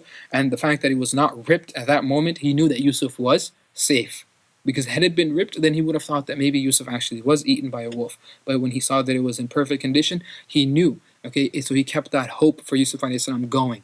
And this time when the shirt is ripped, then the king sees that, oh, guess what? Yusuf is the one who was innocent, and he is not to be blamed. And this again saves Yusuf alayhi salam, and it keeps his reputation intact. So the Yusuf alayhi salam is again the shirt the first time, the shirt the second time, and again it will come into play later as well. So now after this incident has happened, now you can imagine that this is kind of the talk of the town. Rumors get around very quickly, and also another thing I wanted to mention before we jump into this is that we notice that the doors, they were physically locked, but as Yusuf alayhi salam is running out, the doors just divinely burst asunder. So this is indicative of the fact that if we put in our effort and we are sincere in our effort, Allah subhanahu wa ta'ala will help us through divine means. Whatever that might be. We don't know, honestly, because it is an unseen help, right? There are plenty of things that have gone right in our lives, and we don't know how or why, but it has. And that is from Allah subhanahu wa ta'ala's divine wisdom. He's the one who controls the affairs. Remember what he said earlier, Wallahu ghalibun ala amrihi. Allah is in complete control of the affairs and the life of a person. So He's in complete control of our affairs, yours and mine, in our lives. He's given us divine help from places that we cannot see, And this is one prime example. We see that in the life of Yusuf alayhi salam. And now he subhanahu wa ta'ala continues the story, and he says that, okay, after this incident has happened, people, they begin to hear that, or basically becomes a talk of the town, and people begin to hear about this story that, oh, the wife of the king, she does this and this and this, and the king's wife, really, you can imagine that her reputation is kind of in tatters, and she thinks that, I cannot believe people are talking ill about me. You can imagine she's not just a socialite, she's the person that every one of the socialites wants to be like. They want to imitate her because she holds that high status. So now people are kind of making fun of her for it, and she thinks that, okay, I need to regain my reputation in the social circle, and what I'm going to do is I'm going to prove to these people, I'm going to prove to these women essentially who are making fun of me, that I'm attracted to a slave, or I'm attracted to a servant. So they're kind of like looking down on her, that, oh, I cannot believe you're attracted to someone who's beneath you, who's beneath your status and your social circle, or whatever it might be. So she gets them together because she wants to prove to them that, hey, you don't know how handsome he is, so you don't know why I was actually attracted to him. And she wants to test them, and she wants to prove to them that, you know what, I bet you'll also be attracted to him. So then she gets them together, And then they say that, in the reports, and Allah subhanahu wa ta'ala makes mention of it here, that she gives all of them knives. She gives them knives to cut the food and the fruit that she had made available to them at this little, this dinner party or whatever it might be, a little gathering. So all the women are there, and she has given them knives and food. And then she commands Yusuf alayhi salam to come into the room. She commands Yusuf alayhi salam to basically come and probably to serve some food to all of the women, and she's clearly putting him right into the lion's den, you can imagine. And as she tells him to come, so Yusuf alayhi salam comes out and he serves the food, and then he is leaving. And when they see him, they begin to exclaim. The women at that time begin to exclaim that this is not a human. This is clearly an angel. There's no way a human can be this beautiful, this handsome.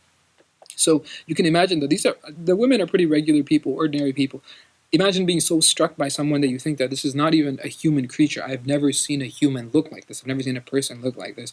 They're completely overtaken. So that is their speech. Now look at their actions that mirrors their amazement. They, and Allah subhanahu wa ta'ala says that, they begin to cut their hands, like they're cutting fruit, but they're so immersed, and they're so engaged in just staring at Yusuf alayhi salam and his beauty, that they're actually cutting their hands. They begin to cut their hands without even knowing it. So he's like a live anesthetic for these people, and they're just completely oblivious to what's happening. Even the pain that they're feeling in their hand, they can't register it because they're just so, enraptured by his looks.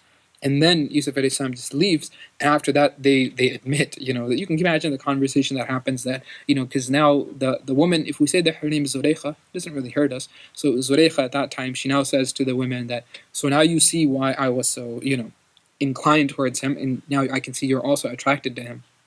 And so she says that, what, I'm going to make sure that I have my way with him. If not, then, what, I need to regain my honor and my status and dignity. I'm going to make sure that he is thrown into prison, or that he faces the consequences of, ruining my reputation, whatever it might be. So she says this, and she makes her plots and plans. And when Yusuf alayhi salam gets wind of this, he realizes that, okay, I'm not safe anywhere, because this is her house. Where am I supposed to go? What am I supposed to do? So then he makes dua to Allah subhanahu wa ta'ala. He says that, رَبِّ السِّجْنُ أَحَبُّ إِلَيَّ مِمَّا يَدْعُونَنِي إِلَيْهِ. He says, oh my Lord, it is better for me that I'm thrown into jail than I go and do what they want me to do. I would rather be outcast. I would rather be taken away, and in less comfort, much less comfort, and away from this luxury, if it means I'm protected from sin. If it means I'm protected from sin. And our Nabi sallallahu alaihi wasallam, he says that, there will come a time when a man will not have any other option but to take his flock of sheep, basically to take whatever he can, his provisions, and go and flee to the mountains. He will have to go and live on a cave, because fitna will become so rampant that he will have no escape. Yusuf alayhi salam, he says that, I have nowhere to go, nothing to do. He tells Allah subhanahu wa ta'ala, he makes dua to him, oh Allah, protect me and throw me into a jail cell. That's okay with me. And by the will of Allah subhanahu wa ta'ala, by his control of affairs and his control of the way things work, eventually Yusuf alayhi salam lands his way into a jail cell, and he's sitting there comfortably in the cell. Even though you can imagine that it's uncomfortable, but he's still comfortable because he knows that I'm not falling into sin with those people and what they are inviting me and, essentially trying to force me into doing. Now, when he is in the cell, Yusuf alayhi salam, Allah subhanahu wa ta'ala mentions the story of Yusuf alayhi salam in the cell as he's sitting there, and two men basically are entered into the cell with him. Two young men, they also come in the cell, and they sit with him. And right away, they see Yusuf alayhi salam, and they see something about him. And this is the incredible thing. That look at what they call him. They say that, they tell him, وَدَخَلَ مَعْهُ السِّجْنِ فَتَيَانِ. Two young men, they enter into the sijin. And I want to read this verse because there's like so much into it. So they sit there with Yusuf alayhi salam, and they look at him, and they say that, look, I had a dream. And both of them, they tell the dreams that they had. One of them says that, I see myself that I am squeezing, or I'm pouring wine. I'm pouring wine. And the other one says that, I see that I'm carrying bread on top of my head, and I see that birds are eating from it, and I'm just carrying it on my head. So why don't you tell us what these two dreams mean? And then look at the way that they praise Yusuf alayhi salam. Inna naraka min al-muhsinin. Indeed, we see that you are from the people of ihsan. We see that you are from the people of ihsan. What did we say a little bit earlier right here? What did Allah subhanahu wa ta'ala say, verse 22? وَكَذَلِكَ نَجْزِي الْمُحْسِنِينَ. This is how we reward the people of ihsan. Who are the people of Ihsan? We're talking about the people that Yusuf alayhi salam is allied with, those kinds of people. And then Allah subhanahu wa ta'ala says right here in verse 36. Verse 36, those same people who entered into a jail cell, they say that Inna naraka minal muhsinin. We see you are from the people of muhsinin. We see you are from the muhsinin, from the people of Ihsan. What is Ihsan? And I've spoken about this earlier. And Nabi sallallahu alayhi wa sallam himself was asked. Nabi sallallahu alayhi wa sallam in the hadith of Jibreel alayhi salam comes to him and he says that he addressed the Prophet ﷺ. He says that, Ya Muhammad, he's addressing Nabi ﷺ. He calls him by his name, and then he asks him several questions. One of them is, what is Islam? What is Iman? Mal Islam? Mal Iman? Wa Mal Ihsan? What is Ihsan? And the Prophet ﷺ tells him what Ihsan is. And he gives a very beautiful answer, and I think this is memorized by so many people, mashallah.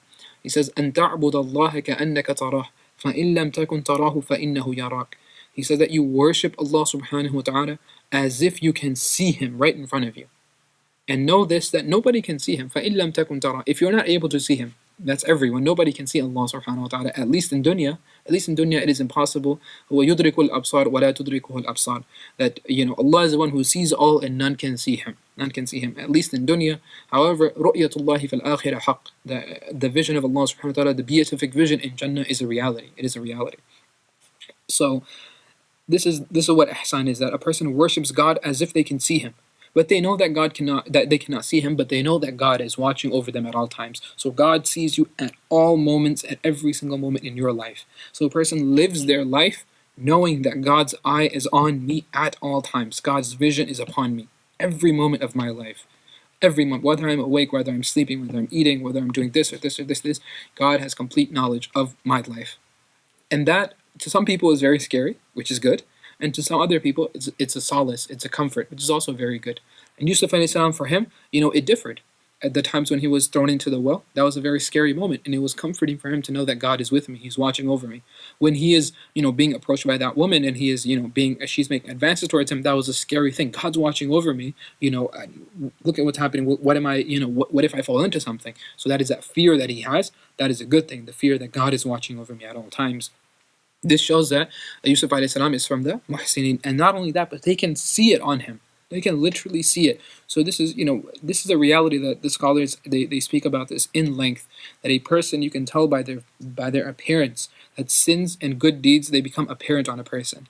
Okay, they begin to actually change the physical makeup of a person, how they actually look, and you can notice it by their face, by their structure, by the way they walk and talk. All of these things are indicators for the actual heart of a person, for what is in their heart.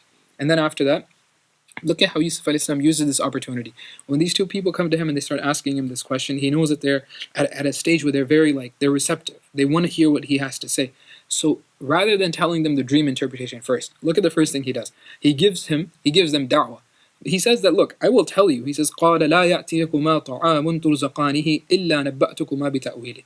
You will not be given food. Like, the food is coming. Basically, we'll be given food, to eat in a little bit. Before the food gets here, I will tell you about the interpretation of the dream. So I'm going to tell you in just a minute. Wait.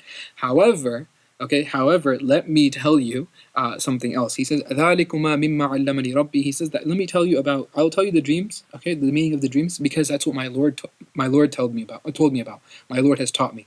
And he says, إِنِّي تَرَكْتُ مِلَّةَ قَوْمٍ. And then they're saying, your Lord? Because now they want to know, okay, that's curious. Your Lord taught you, the interpretation of dreams, your God. So now he begins to talk about his God. So he says that, I left what these people were doing. Basically, I don't engage in polytheism. I don't engage in these weird, strange worship. I actually believe in a single God. And not only that, but I believe in the Day of Judgment, and I believe in this and this and this. And he starts giving them the da'wah. He starts giving them the da'wah that Allah subhanahu wa ta'ala had commanded him to give. And then he continues, and look at a very, very powerful thing that he says. He says, Ya sahibay sijn. O my two companions in this sijn. Look at the affection. This is da'wah. This is how da'wah is supposed to be given. Okay? That he is right away, he's connected with these two, and they're just completely, immersed in what he has to say. And then he calls them his two companions in the jail cell. Like, listen, we're in this together, right? We're boys now. So he says, Ya sahibay sijn. O my two companions in this cell.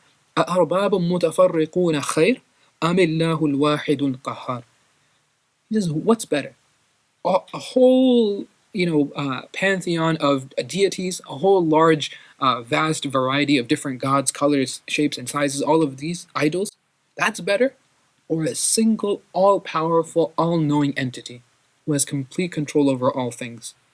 And this is, it's like a logical question, right? After he gives them this whole da'wah, then he just asks them this little question. It kind of stumps them. I mean, it's very simple logic. He says that, are you telling me that hundreds and dozens of gods, that is better, or a single all-powerful being? And this is something that we need to keep in mind. We think that does this da'wah really apply to me? But it actually does. Think about it a little bit. How many things in our lives have become mini gods that we worship? Just think. Don't be like, whoa, you're Sheikh, you're saying that I'm a mushrik. Is that what you're saying? That's not what I'm saying. But think that if somebody presented to you a gold idol, we would never worship that thing. It's in the shape of whatever it might be, in the shape of made of gold, and they give it to you and say, here, make sajda to this. We would never do that.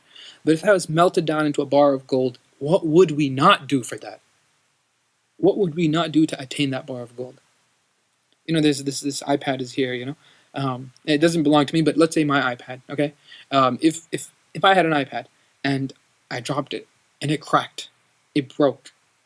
Is that break on the iPad, or is it my heart? Our heart will break when we see that our possessions are being damaged. If somebody scratches your car, that scratches on your heart. You start feeling it. You're like, oh. It's just a car. It's just something. That's a material possession. It's a physical little thing. It's here today. It's gone tomorrow. But these things, they consume so much of our time, our love, our attention, our devotion to these physical things, these temporary things. So we have to find out what these little gods are in our lives. Honestly, to some people, it's their family. They will do anything for their family, even if that's a good thing or a bad thing. They'll do whatever it is for their family. For others, it's work. They're willing to break all principles and all moral obligations, whatever it might be. They will overstep every bound just to make sure that they can fulfill their obligations at work. That's it.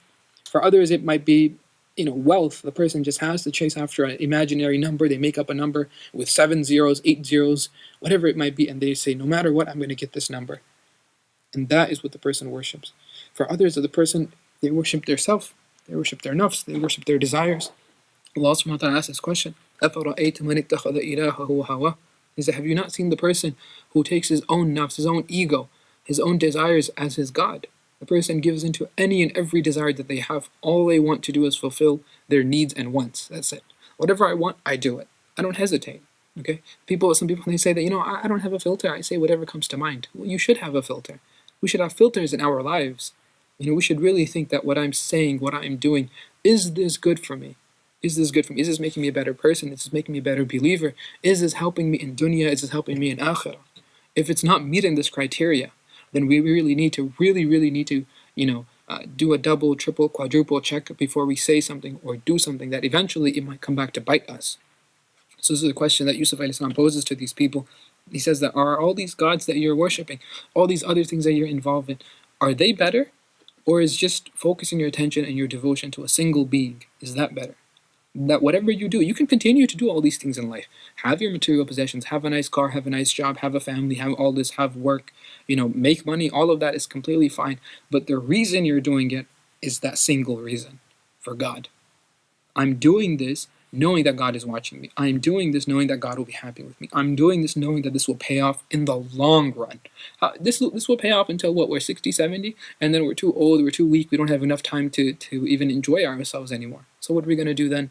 And then we think that, man, I wasted my youth and my time and all of this, and now I'm not even going to get to enjoy it. So if we completely, focus our attention to Allah subhanahu wa ta'ala, we make use of all the resources that we have been given, but we do so keeping in mind that I'm going to have to answer and give a jawab, give an answer for all of these things. So we live for the sake of Allah subhanahu wa ta'ala. This is a muhsin, a person who knows that, God will test me, God will ask me, and God is ever watchful over everything that I do. Now, Yusuf a.s. he interprets the dreams of these two men. So he says that the one who is pouring this wine, he says that you will pour wine for the king. Basically, you will be saved from this situation. Not only that, but you will become like a servant of the king. You will work in his palace. The other one, he says that, guess what? Sorry, buddy. You're in for a pretty poor fate. You will die. You will die, and you will be crucified, and birds will come and actually peck at your body. According to some scholars, these two dreams they were lies, they were fabrications. Basically, the two men came, they wanted to test him. They wanted to test him, and they wanted to say to see what he would say when he was tested. And Yusuf a.s. still interpreted the dreams, even though the dreams were not real dreams. According to some scholars, These two dreams were not real dreams. However, he still interpreted the dreams, and because he interpreted those dreams, they still came true. Because this is a prophet, and when you say this to a prophet and you test him in such a manner, then Allah subhanahu wa ta'ala is the one who's in charge of that. Who knows what will happen? According to other scholars, they take the literal meaning and they say that no, these were actual dreams that they had, and they were interpreted and they came to be just as the Prophet of Allah subhanahu wa ta'ala, Yusuf alayhi salam, interpreted them, and that's what happened. So after all of this whole event, then he tells the one who he thinks that, okay, you know what, this guy is going to go and eventually work for the king. So he tells him that when you get outside, please tell the king about me. Okay, please tell the king about me, that I'm kind of rotting away in this jail cell and I want an audience with him. I want to speak to him. So he says, okay, no problem, I will.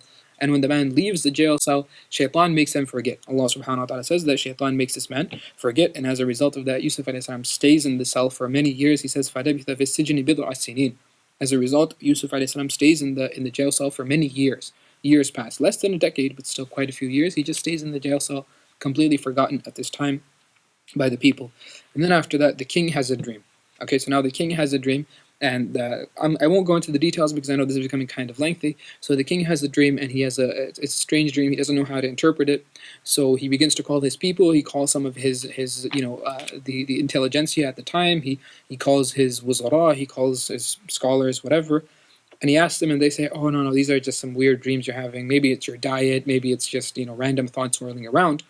And he doesn't get a proper answer from them. So he's unsatisfied until all of a sudden one of those servants, who is working in the palace, he hears of this and he comes to him and he says, "Actually, I know somebody who might be able to interpret the dream for you. It's a man by the name of Yusuf, and he's in the jail cell." And the king says, "Oh, I know Yusuf. Yeah, I remember him from many years ago." So he says, "Okay, call him to me." So immediately they go to call Yusuf, and Yusuf alayhi salam, he refuses to come out. This is the interesting thing. He refuses to come out of the jail cell, and he says, "Look, I will come out, but first I want my name to be cleared, and then I will come out into society. Before my name is cleared, I'm not going to come out as a guilty man." So he says, "Go and tell the king to ask about those women who had cut their hands." Those women, that was years ago this incident happened. He said, "Go and ask about that." So they go and they investigate the affair, what happened then. They gathered those women together, and they gather the wife of the king, and she comes forward and she says that, "Today I will be honest. Basically, my past has caught up to me. I made a mistake, and I lied about Yusuf alayhi salam. However, I want to come clean, and I want to say that it was not Yusuf who had done this. I had plotted against him." And all of the women, they say that yes, we know the details and the nitty gritty of everything, and Yusuf is not, he's not guilty of anything. He's actually an innocent man. He's a good man. We don't know anything except goodness from him.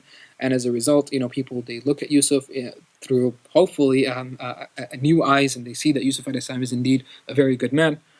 And he is set free from the prison. And as he comes out, he has a very beautiful thing that he says, and it's a very powerful thing. He says, وَمَا أُبَرِّئُ نَفْسِي وَمَا أُبَرِّئُ نَفْسِي. He says that I do not claim innocence for my nafs, for my desires.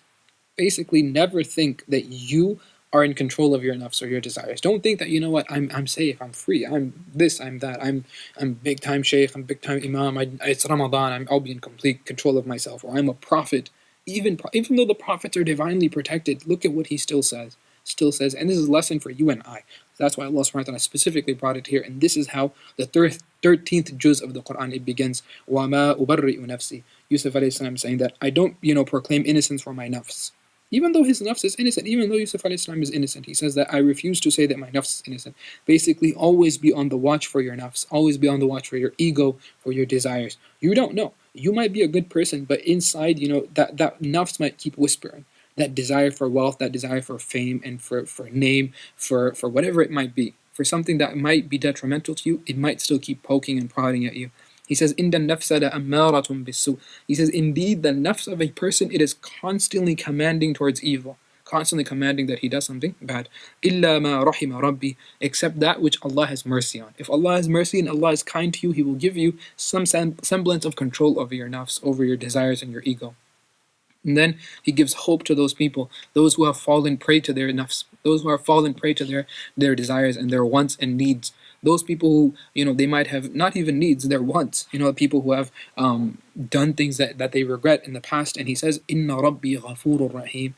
He says, remember that my Lord, and it's in Allah subhanahu wa ta'ala. And at this moment when He says, "Inna Rabbi," my Lord, then people are like, okay, who is this Lord? Like, I want the forgiveness of this Lord. Because he says, my Lord is Ghafoor, he is all forgiving, and he is Rahim, is all merciful. So now if he's talking this highly about his Lord, other people are like, I've fallen short in my life. I've made mistakes. I've done things that I really regret, and I hope that it stays in the past. I hope it stays buried, but it still eats away at me. And then he says, my Lord is forgiving and merciful. And so now people are like, hey, I want that forgiveness. I don't want to go and tell people my sins or secrets, but I still want that forgiveness. So then he says, this is my Lord. And now they want to know who this Lord is. So obviously it's an incredible way of giving da'wah to people. And people start getting curious and they want to know. And that's how he connects them to Allah subhanahu wa ta'ala. It's the beauty of our religion. A person has their personal connection to Allah subhanahu wa ta'ala. We don't have to go around and tell people your sins and your secrets and your dirty laundry and stuff like that. Nobody needs to know about the skeletons in your closet. Not literally, but the skeletons in your closet. That's between you and Allah subhanahu wa ta'ala. You seek forgiveness from Him and you make sincere tawbah and you turn to Him. And Allah subhanahu wa ta'ala is willing to forgive. He is Ghafoor, He is Rahim. And now Yusuf alayhi salam, he actually tells him, he tells the king, he tells the Malik, he says, listen, okay, وَقَالَ الْمَلِكُ ائْتُونِي بِهِ. He tells him that, okay, bring Yusuf to me. So Yusuf alayhi salam comes to him. And now Yusuf alayhi salam addresses the king. He says, listen, Mr. King. He tells first he asks him for advice. Actually, the king says, "Astakhlishu li nafsi," I will set him free myself. And then he says that when he had spoke to him, then he says, فَلَمَّا كَلَّمَهُ, when he spoke to Yusuf alayhi salam, قَالَ إِنَّكَ الْيَوْمَ لَدَيْنَا مَكِينٌ أَمِينٌ. He says, today you are in our presence. You are a person who has been granted safety. You are a person who has been granted a place to stay and comfort. Don't worry, you're good to go. قَالَ. Now Yusuf alayhi salam responds to the king. He says, قَالَ اجْعَلْنِي عَلَى خَزَائِنِ الْأَرْضِ. Make me the person who is responsible upon the treasury. Give me control of the treasury. Inni hafidhun alim. Indeed, I'm a person who is trustworthy. I can be protective and watchful over it, and I'm also knowledgeable. This is a very, very clear indication that sometimes humility, like too much humility, fake humility, will be very detrimental to you. If there is a time when you are the most qualified person to do a job, go ahead and say that I'm qualified, I can do this, give me the opportunity to do it. Rather than letting someone else take it over just because you're thinking that, oh no, this is me being humble, I don't want to be famous, I don't want to be known. Well, yeah, you stepping back might let somebody else take over, and that person might do a royal job of messing it up. And you don't want to leave them up, you don't want to take that chance and give a person the opportunity to mess something up. Rather, if you're capable, you're qualified, Allah has given you, He has, an'ama alayk, He has given you blessings, and He has made you capable and knowledgeable and competent enough to, fulfill the responsibility and the obligation of that task. You should do so. This includes, all of our religious affairs, for example, whether it comes to leading prayer. Don't hold yourself back. If you are the person who is qualified to lead at that time, you should not let somebody lead who does not know, the basics of leading, who does not know the rulings when it comes to salah, who doesn't know how to read properly, recite properly. That person should, number one, not put themselves forward. Number two, if you're the most qualified, or if you're pretty qualified, like quite qualified, you should move yourself forward. Don't think that it's humility to stand back. This is something that my teachers have really emphasized for all of us, that those who are most qualified, you should lead, because if not, then, if an unqualified person leads, the other people's prayer will not be counted. That's in our religious affairs. The same thing for our dunyawi affairs as well. You do not want to, put things at risk by letting somebody who is incompetent or a person who does not know how to run things, giving them the reins. And that is, as you look around, right, that's kind of the situation in our world today. Completely incompetent people are running everything into the ground.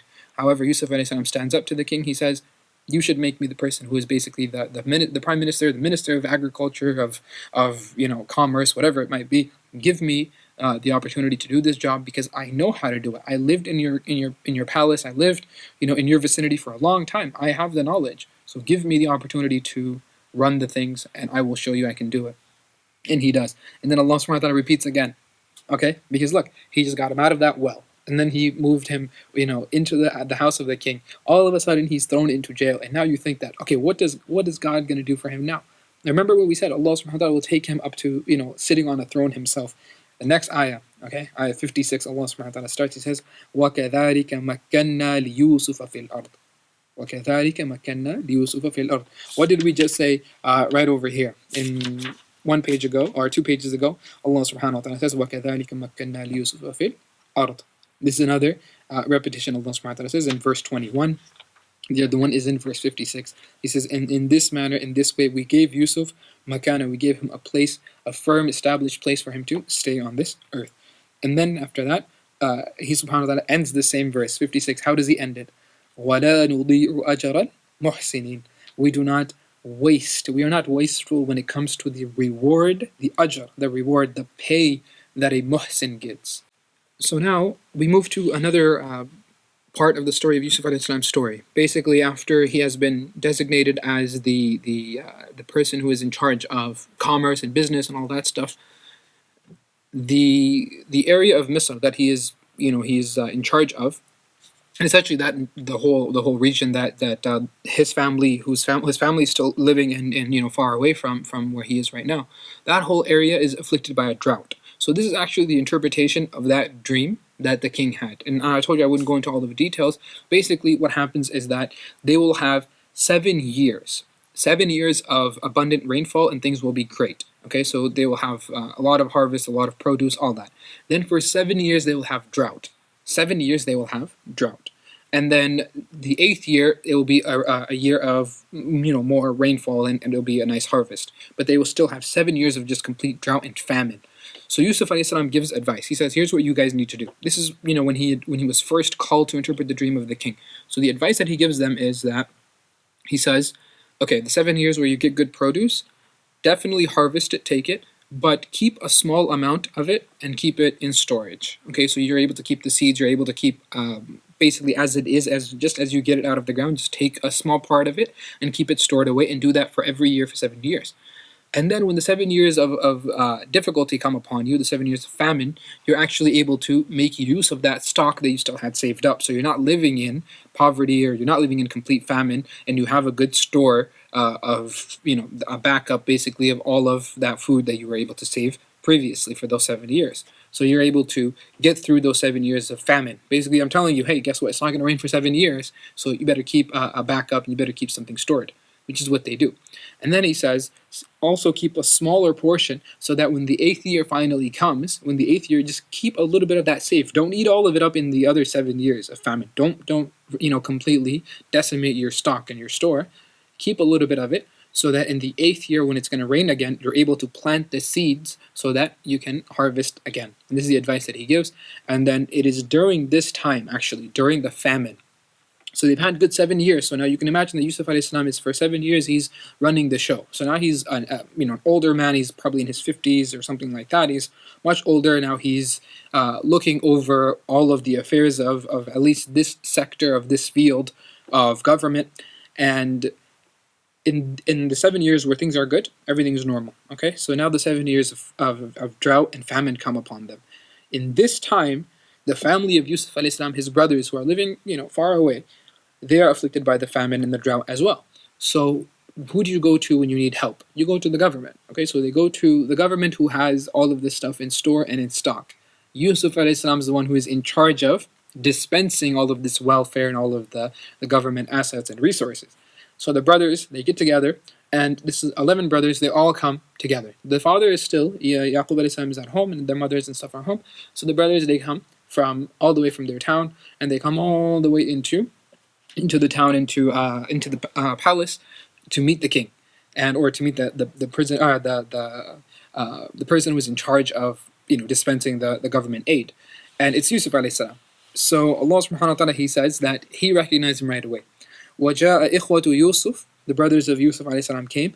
فَدَخَلُوا عَلَيْهِ, they entered into the palace, and Allah subhanahu wa ta'ala says, فَعَرَفَهُمْ, right away he sees them and he recognizes, these are my brothers. These are my brothers. He notices them right away. وَهُمْ لَهُ مُنْكِرُونَ, but they don't recognize him. They have no idea. They've probably forgotten about Yusuf at this point. I mean, it was decades and decades ago. They wanted to get rid of him, and they got rid of him. They had no idea that this man now, this grown man, is that same child that we left in the well. So they have no idea who he is. So then Yusuf alayhi salam, he begins to engage in a dialogue with them, and he says that, what's going on. Actually, when I had said 11 brothers, 10 brothers had come. Apologize. 10 brothers had come. They had left Binyamin, who was their half-brother. So the 10 full brothers, they came, but the half-brother, who was the full brother of Yusuf alayhi salam, they still left him at home to take care of their father and things like that. These 10 had come. When they came, then Yusuf alayhi salam said, okay, they should get their full, they should get, the 10 bags or whatever like that. And then they said, oh, can we get another one for our brother who's not here right now? We also wanted to get something for him. Yusuf alayhi salam says, no, he has to be present. we're not going to give it to you unless he's actually present right in front of you. Then we will give you his equal share. Other than that, we will not give you his share. And so they're thinking that, okay, we can maybe go and ask our father, but we don't know if our father will give it to him. He says that, look, you know what? If you don't bring him, then I'm not going to give you guys any of what you're actually supposed to get. Okay, then you're not going to get any of the assets. You're not going to get any help from the government. So go home. But before they go home, Yusuf alayhi salam commands the people that, okay, you know what? Commands his workers, just fill up their bags anyways. He wants to show them something. He wants to teach them a lesson. So they fill up the bags before the brothers know it, and then he sends them on the way. He's been gone for decades and decades. Decades he's been gone. He's assumed dead. Seriously, the brothers didn't even know that was Yusuf. They thought that this is some random person. They have no idea who this is. So the father still holds out hope that maybe Allah subhanahu wa ta'ala will bring back all three of my sons, including Yusuf, the one that I lost so many years ago. So he still holds out hope for that. And then look at the sadness that his father feels. Yaqub alayhi salam, he says, وَتَوَلَّ عَنْهُمْ وَقَالَ يَا أَسَفَ عَلَى يُوسُف. He turns away from them. He goes, away from his sons, and he begins to cry out. And he says, قَالَ يَا أَسَفَ. Oh, the sadness that I have. يَا أَسَفَ عَلَى يُوسُف. Upon Yusuf. The sadness that I have for Yusuf. And you notice, right? Ya Asafa sounds very similar to Yusuf.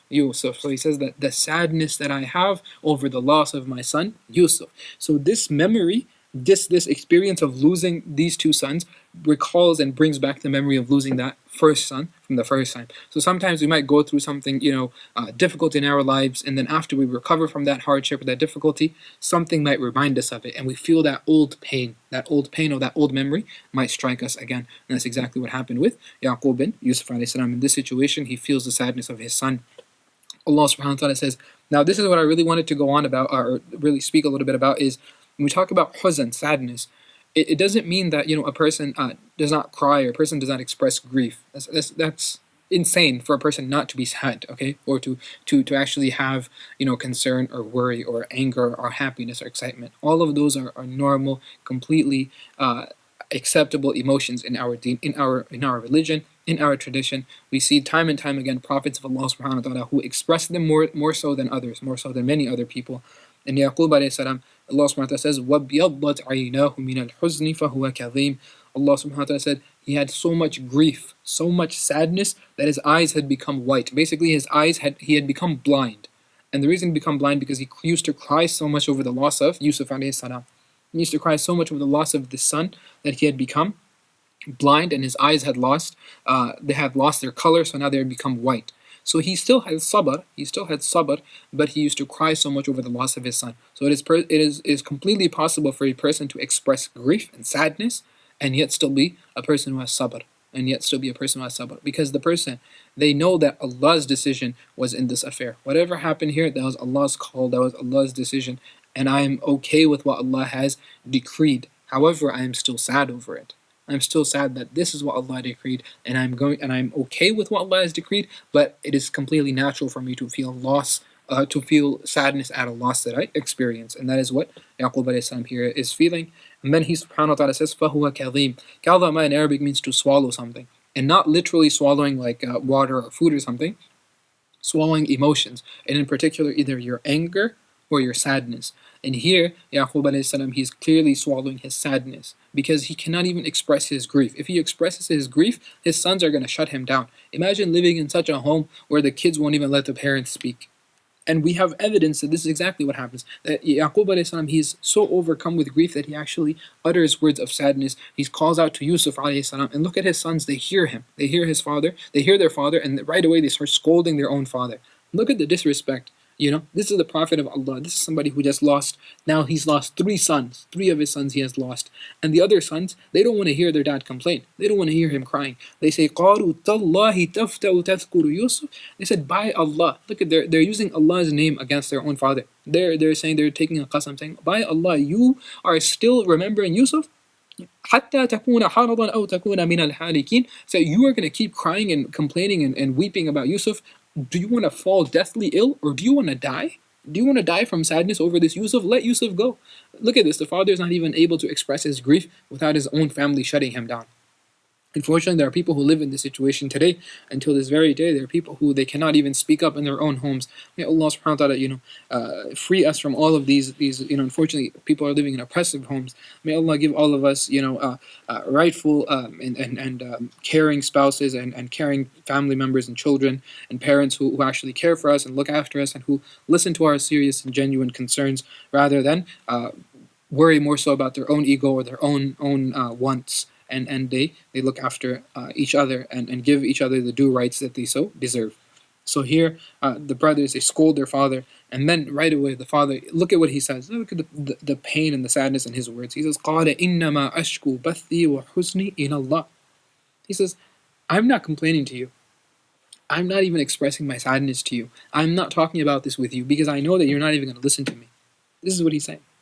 إنما أشكو بثي وحزني إلى الله. Indeed I am only. إنما means only. Okay, إنما means indeed. The ma here makes it muqayyid, it makes it limited. So he says, indeed I am only doing this. I am only complaining of my sadness and my grief to Allah subhanahu wa ta'ala. My complaint is only to Allah. Basically, I'm asking Allah and I'm telling Him, God, I'm in this situation. I'm complaining of my own weakness. Nabi Sallallahu Alaihi Wasallam, when he went through what he went through at Ta'if, he did not complain about the people. He complained about his own weakness. His own weakness. Even though Nabi Sallallahu Alaihi Wasallam was the strongest man ever. In many ways than way. In many different ways, Nabi Sallallahu Alaihi Wasallam was the strongest of all people. And yet he still complained to Allah subhanahu wa ta'ala. Allah subhanahu wa ta'ala, I'm weak. You give me strength. Yaqub alayhi salam tells his sons, I'm not asking for your support. I'm not asking for your help. I'm complaining to Allah. I'm hoping Allah will take care of me. That's it. وَأَعْلَمُ مِنَ اللَّهِ مَا لَا تَعْلَمُونَ. I know from Allah that which you don't know. I know that Allah is watching over me. I know Allah is in control. I know Allah is in charge. And He will give me solace. He will give me comfort. Even if my own family doesn't, I know Allah will take care of me. This is what Yaqub alayhi salam says to his son. And then he gives them some beautiful advice. He says, "Oh my sons, ya bunayya." Look, he still addresses them with love. He still addresses them with love. He does not, tell them to shut up. He does not tell them that, hey, listen to me. He doesn't crack down on them. He addresses them with beauty. He says, and with kindness, "Bani yadhhabu fatahassasu min Yusuf." Go and look for Yusuf. He tells them to go look for Yusuf. Yusuf has been gone for decades, but he still says, go look for Yusuf. Go.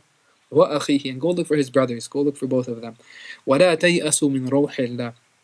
Brothers and sisters, this is something we should ingrain in our minds and ingrain in our heart. وَلَا تَيْأَسُوا مِنْ رَوْحِ اللَّهِ.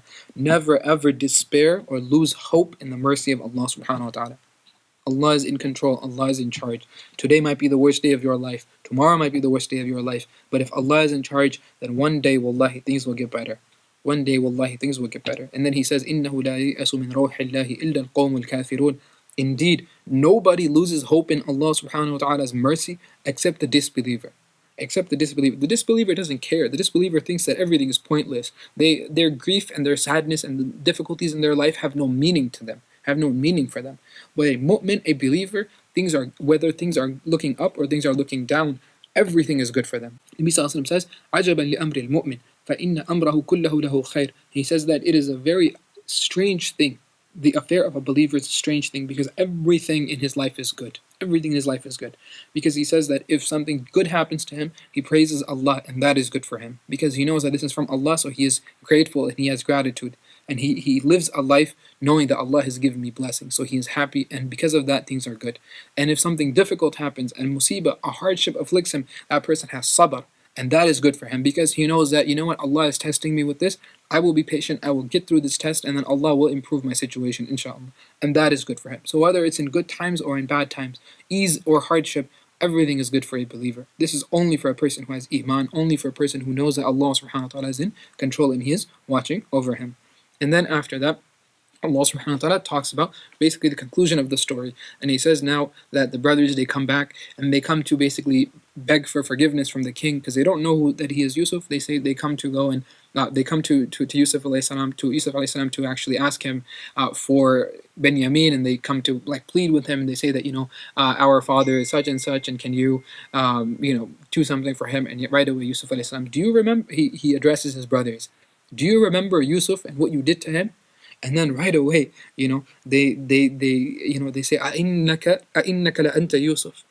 They're shocked, because why is he asking about Yusuf? There's only one reason he might be asking about Yusuf. They say that indeed, are you truly Yusuf? Right away they ask him, and Yusuf alayhi salam says, قَالَ أَنَا يُوسُف وَهَذَا أَخِي. He says, indeed, I am Yusuf, and this is my brother. This is my brother Binyamin.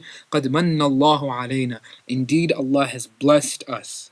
Allah has blessed us. He has given us an incredible amount of things. This is from Allah subhanahu wa ta'ala's mercy. إِنَّهُ مَن يَتَّقِي وَيَصْبِرْ. The person who is aware of Allah subhanahu wa ta'ala, who has taqwa, he is cognizant of Allah subhanahu wa ta'ala's presence in his life. And he has sabr. The person doesn't rush. He knows, guess what? You know what? Something is going wrong today. For the next 7 months, I might be in hardship. For the next 3 years, I might be in hardship. But something will change and things will get better. That person has sabr. من يتقي ويصبر فإن الله لا يضيء أجر المحسنين. I hope you were able to guess that next word. فإن الله سبحانه وتعالى. Allah subhanahu wa ta'ala says, indeed Allah subhanahu wa ta'ala does not waste. He does not waste the reward of a person of ihsan. Of a person of ihsan. Again, the same word and even the same phrase is repeated. The same words are repeated here. Allah subhanahu wa ta'ala does not waste the reward of a person who is a muhsin, a person who lives their life according to how Allah wants them to. He will never waste the reward of such and such person. And then right away, they say that indeed Allah subhanahu wa ta'ala has blessed you greatly, and now we see where you are and we see where we are. We made a big mistake, and they repent. They repent for their sin, for their mistake, and what they have done. And he sees the sincerity, and he sees the sincerity of his brothers. He has the ability and the authority to crack down on them, and he can definitely punish them. But what does he say? قَالَ لَا تَثْرِيبَ عَلَيْكُمُ الْيَوْمِ لَا تَثْرِيبَ عَلَيْكُمُ الْيَوْمِ. He says, don't worry, there's no blame upon you today. I have forgiven you. I have forgiven you. And he says that يَغْفِرُ اللَّهُ لَكُمْ. May Allah forgive you. May Allah forgive you. This is the dua that Yusuf ﷺ makes for his brothers. Wallahi, brothers and sisters, when we have the opportunity to crack down on people, when we have the opportunity, when we're in the right, somebody, they mess up, they make a mistake, and then they come pleading for our help, and then they come pleading for our forgiveness, and we have the opportunity to say, hey, I told you so, or that's what you get, that's what you deserve. When we have the opportunity to do that, that is a time when we should exercise mercy. That is a time when we should say that, may Allah forgive you, I have already forgiven you. May Allah forgive you as well. This was the practice of our Prophet ﷺ.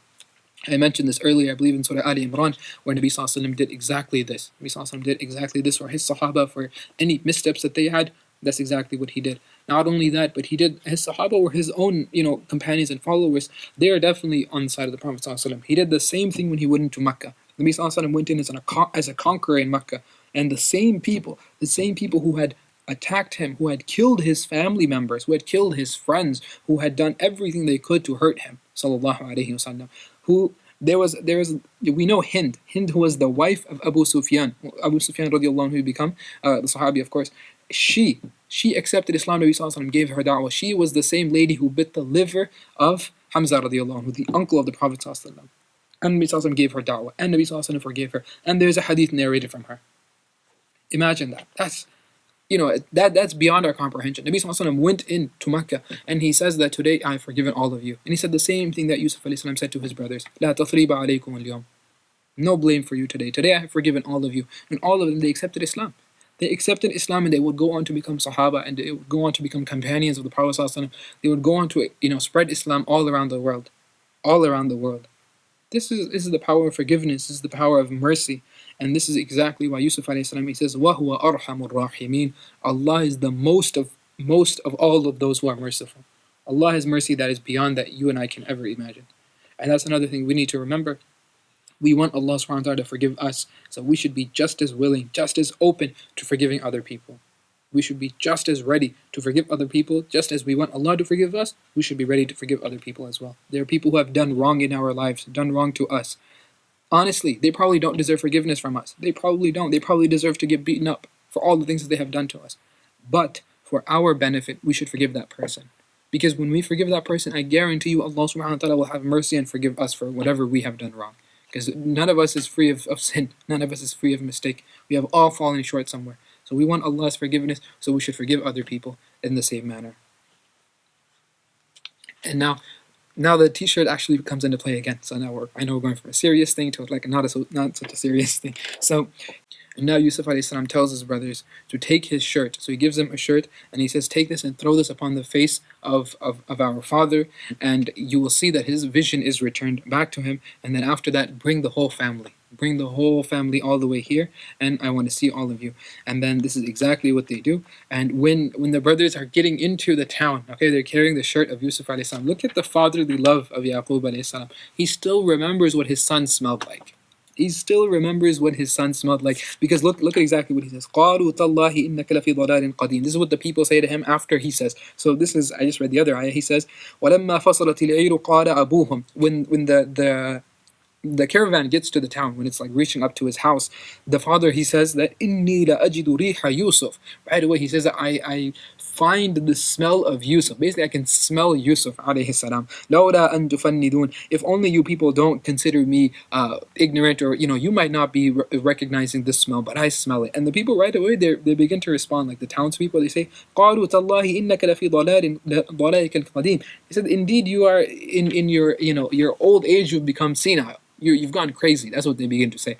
And he's like, no, I know exactly what I smell, and I know exactly what I know that smell. I know my son better than anyone. And the brothers, they get to him and they put the shirt of Yusuf alayhi salam on the face of their father, and then when they remove it, his vision is restored. This is a miraculous event from Allah subhanahu wa ta'ala. For the third time that t-shirt is mentioned. The first time was with the wolf. The second time was with Zulaykha, the woman, actually ripping the shirt of Yusuf alayhi salam. And the third time is right here when he gave it to his brothers to put upon the face of their father.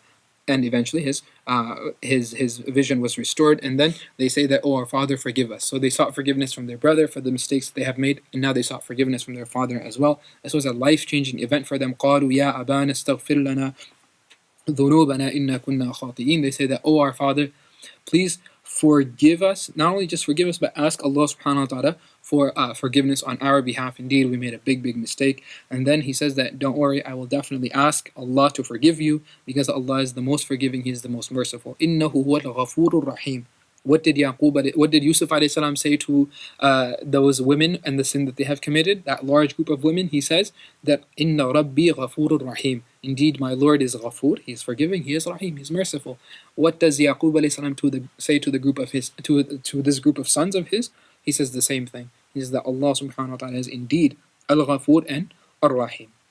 And then they eventually get to Yusuf alayhi salam's palace, and they so the brothers, they come. Yaqub alayhi salam comes, the wife, the mother of Yusuf alayhi salam, she also comes, and then they enter into his palace. And as they do so, he gives them all of the respect that he would give to his parents. So he says, وَرَفَعَ أَبَوَيْهِ عَلَى الْأَرْشِ. So then he brings his father and his mother, he brings them upon the arsh as well. So he does not leave them down on the ground with their brothers. He brings them up and he raises them in rank and status. وَخَرُّوا لَهُ سُجَّدًا. So all of them fell down in sajda to him. So his mom and dad, as well as those two brothers of his, they all make sajda to him. At that time, that type of sajda was accepted, and Allah subhanahu wa ta'ala, He had given them leeway, He had given them a rukhsa to do so. This is known as most likely sajda al-ta'zim, the sajda of greatness or of respect that was given. And this is, again, it's limited. Allah subhanahu wa ta'ala allows it and permits it for whomsoever He wills, in whatever circumstance He so wills.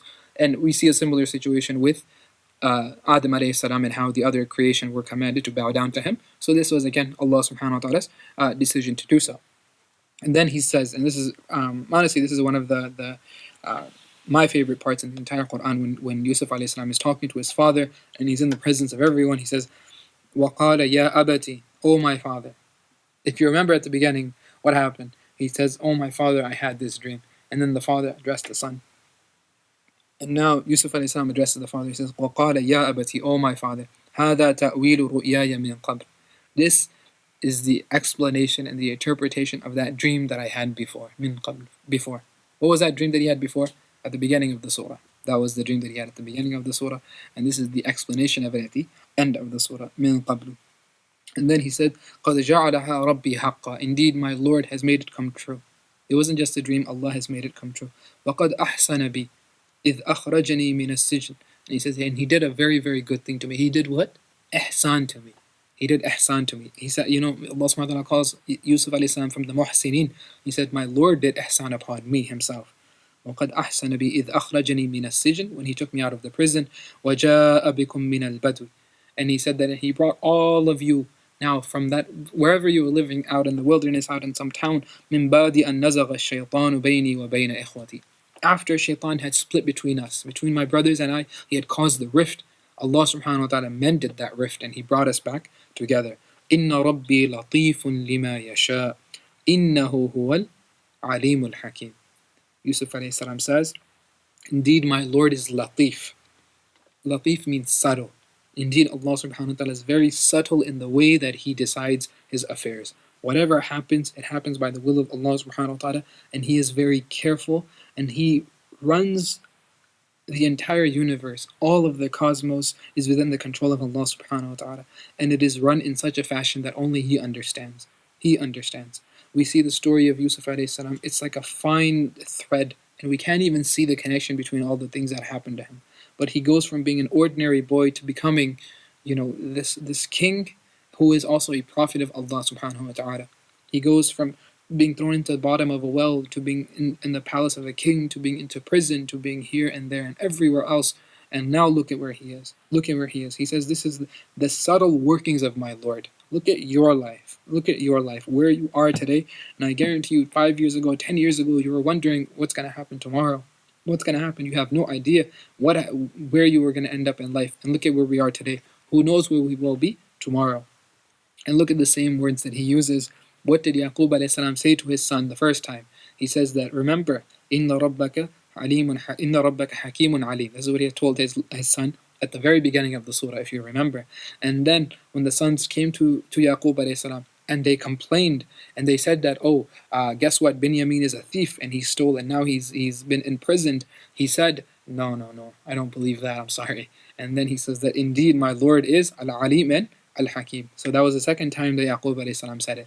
And now finally, Yusuf alayhi salam tells his father, Dad, guess what? Allah subhanahu wa ta'ala is what? Innahu huwal alimul hakim. Indeed, He. And he repeats this twice. Indeed, inna. Then the ha damir, this is for emphasis. Huwa is used, this is known as damir al-sha'n. The huwa that is used is an extra damir, is an extra pronoun to denote even more emphasis. He says that indeed He subhanahu wa ta'ala, He is the one who has complete knowledge, the most knowledgeable one, and He is the one who has complete and total absolute wisdom. This is Allah subhanahu wa ta'ala. So he repeats the same words that his father had told him 40, 50, 60, 70, who knows how many years it's been. He still repeats the same words that his father had told him many, many, many, many years ago. And he says, Rabbi qad a'taytani min al-mulk. And now he addresses Allah subhanahu wa ta'ala. Rabbi qad a'taytani min al-mulk. Oh my Lord, you have given me from a kingdom. You have given me a kingdom. وَعَلَّمْتَنِي مِن تَعْوِيلِ الْأَحَادِيثِ. And you taught me. Not only did you give me this kingdom, you've made me a king. Not only that, but you enlivened me and you gave me so much understanding of what is apparent and obvious and that which is beyond, that which is completely beyond. فَاطِرَ السَّمَاوَاتِ وَالْأَرْضِ. And now he talks about Allah subhanahu wa ta'ala's majesty and His greatness. He says, you are the creator of the heavens and the earth. You are the creator of the heavens and the earth. أَنْتَ وَلِيِّي فِي الدُّنْيَا وَالْآخِرَةِ. You are my caretaker, my companion, the one who is taking care of me and the one who is ever watchful over me. فِي الدُّنْيَا وَالْآخِرَةِ. You have watched over me in this life, and I know you will watch over me in akhirah. This is Yusuf alayhi salam talking to him subhanahu wa ta'ala. He is the one who has been in the bottom of the well, in complete solitude, complete darkness, alone by himself, and he knows Allah is my wali. Allah is the one watching over me. He is the one taking care of me. And he says that when you are there taking care of me in the bottom of the well by myself, I know you will be with me in akhirah, and you'll be watching over me, and you'll be taking care of me. Then, توفني مسلما وألحقني بالصالحين. Allah, you've given me everything in life. You've given me everything that I could ever ask for, and things that I could never even imagine. So the only thing that I want now is this.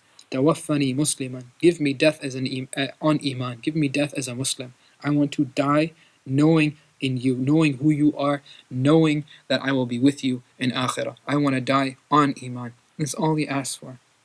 وألحقني بالصالحين. And give me entry into that same paradise where the most righteous and virtuous of your slaves are. I want to be with them. That's it. Allah subhanahu wa ta'ala, just give me death and make sure that I'm with those people. That's who I want to be with. That's the final company that I want to be with. And this is Yusuf alayhi salam's final dua that he makes to Allah subhanahu wa ta'ala, as mentioned in this surah. And as we can tell, this was an incredible, incredible journey, an incredible story of Yusuf alayhi salam from the time of his childhood until he eventually ends up becoming the king of that province, of that region. And Allah subhanahu wa ta'ala, He ends this surah and He says, لَقَدْ كَانَ فِي قَصَصِهِمْ عِبْرَةٌ لِأُولِي الْأَلْبَابِ. Indeed, in these stories, there are many examples and many lessons that can be derived for those people who have understanding. So may Allah subhanahu wa ta'ala make us from those of understanding. May He enrich all of our lives through these stories and through the depth and beauty of the Quran. And may He allow us to make the most of this Ramadan. And may He make us from those who are the true believers. And may Allah subhanahu wa ta'ala give us death upon Islam. And may He enter us into Jannatul Firdaus with As-Salihin, wal-Nabiyyin, was-Siddiqeen, was-Sulaha. وآخر دعوانا أن الحمد لله رب العالمين جزاكم الله خيرا والسلام عليكم ورحمة الله وبركاته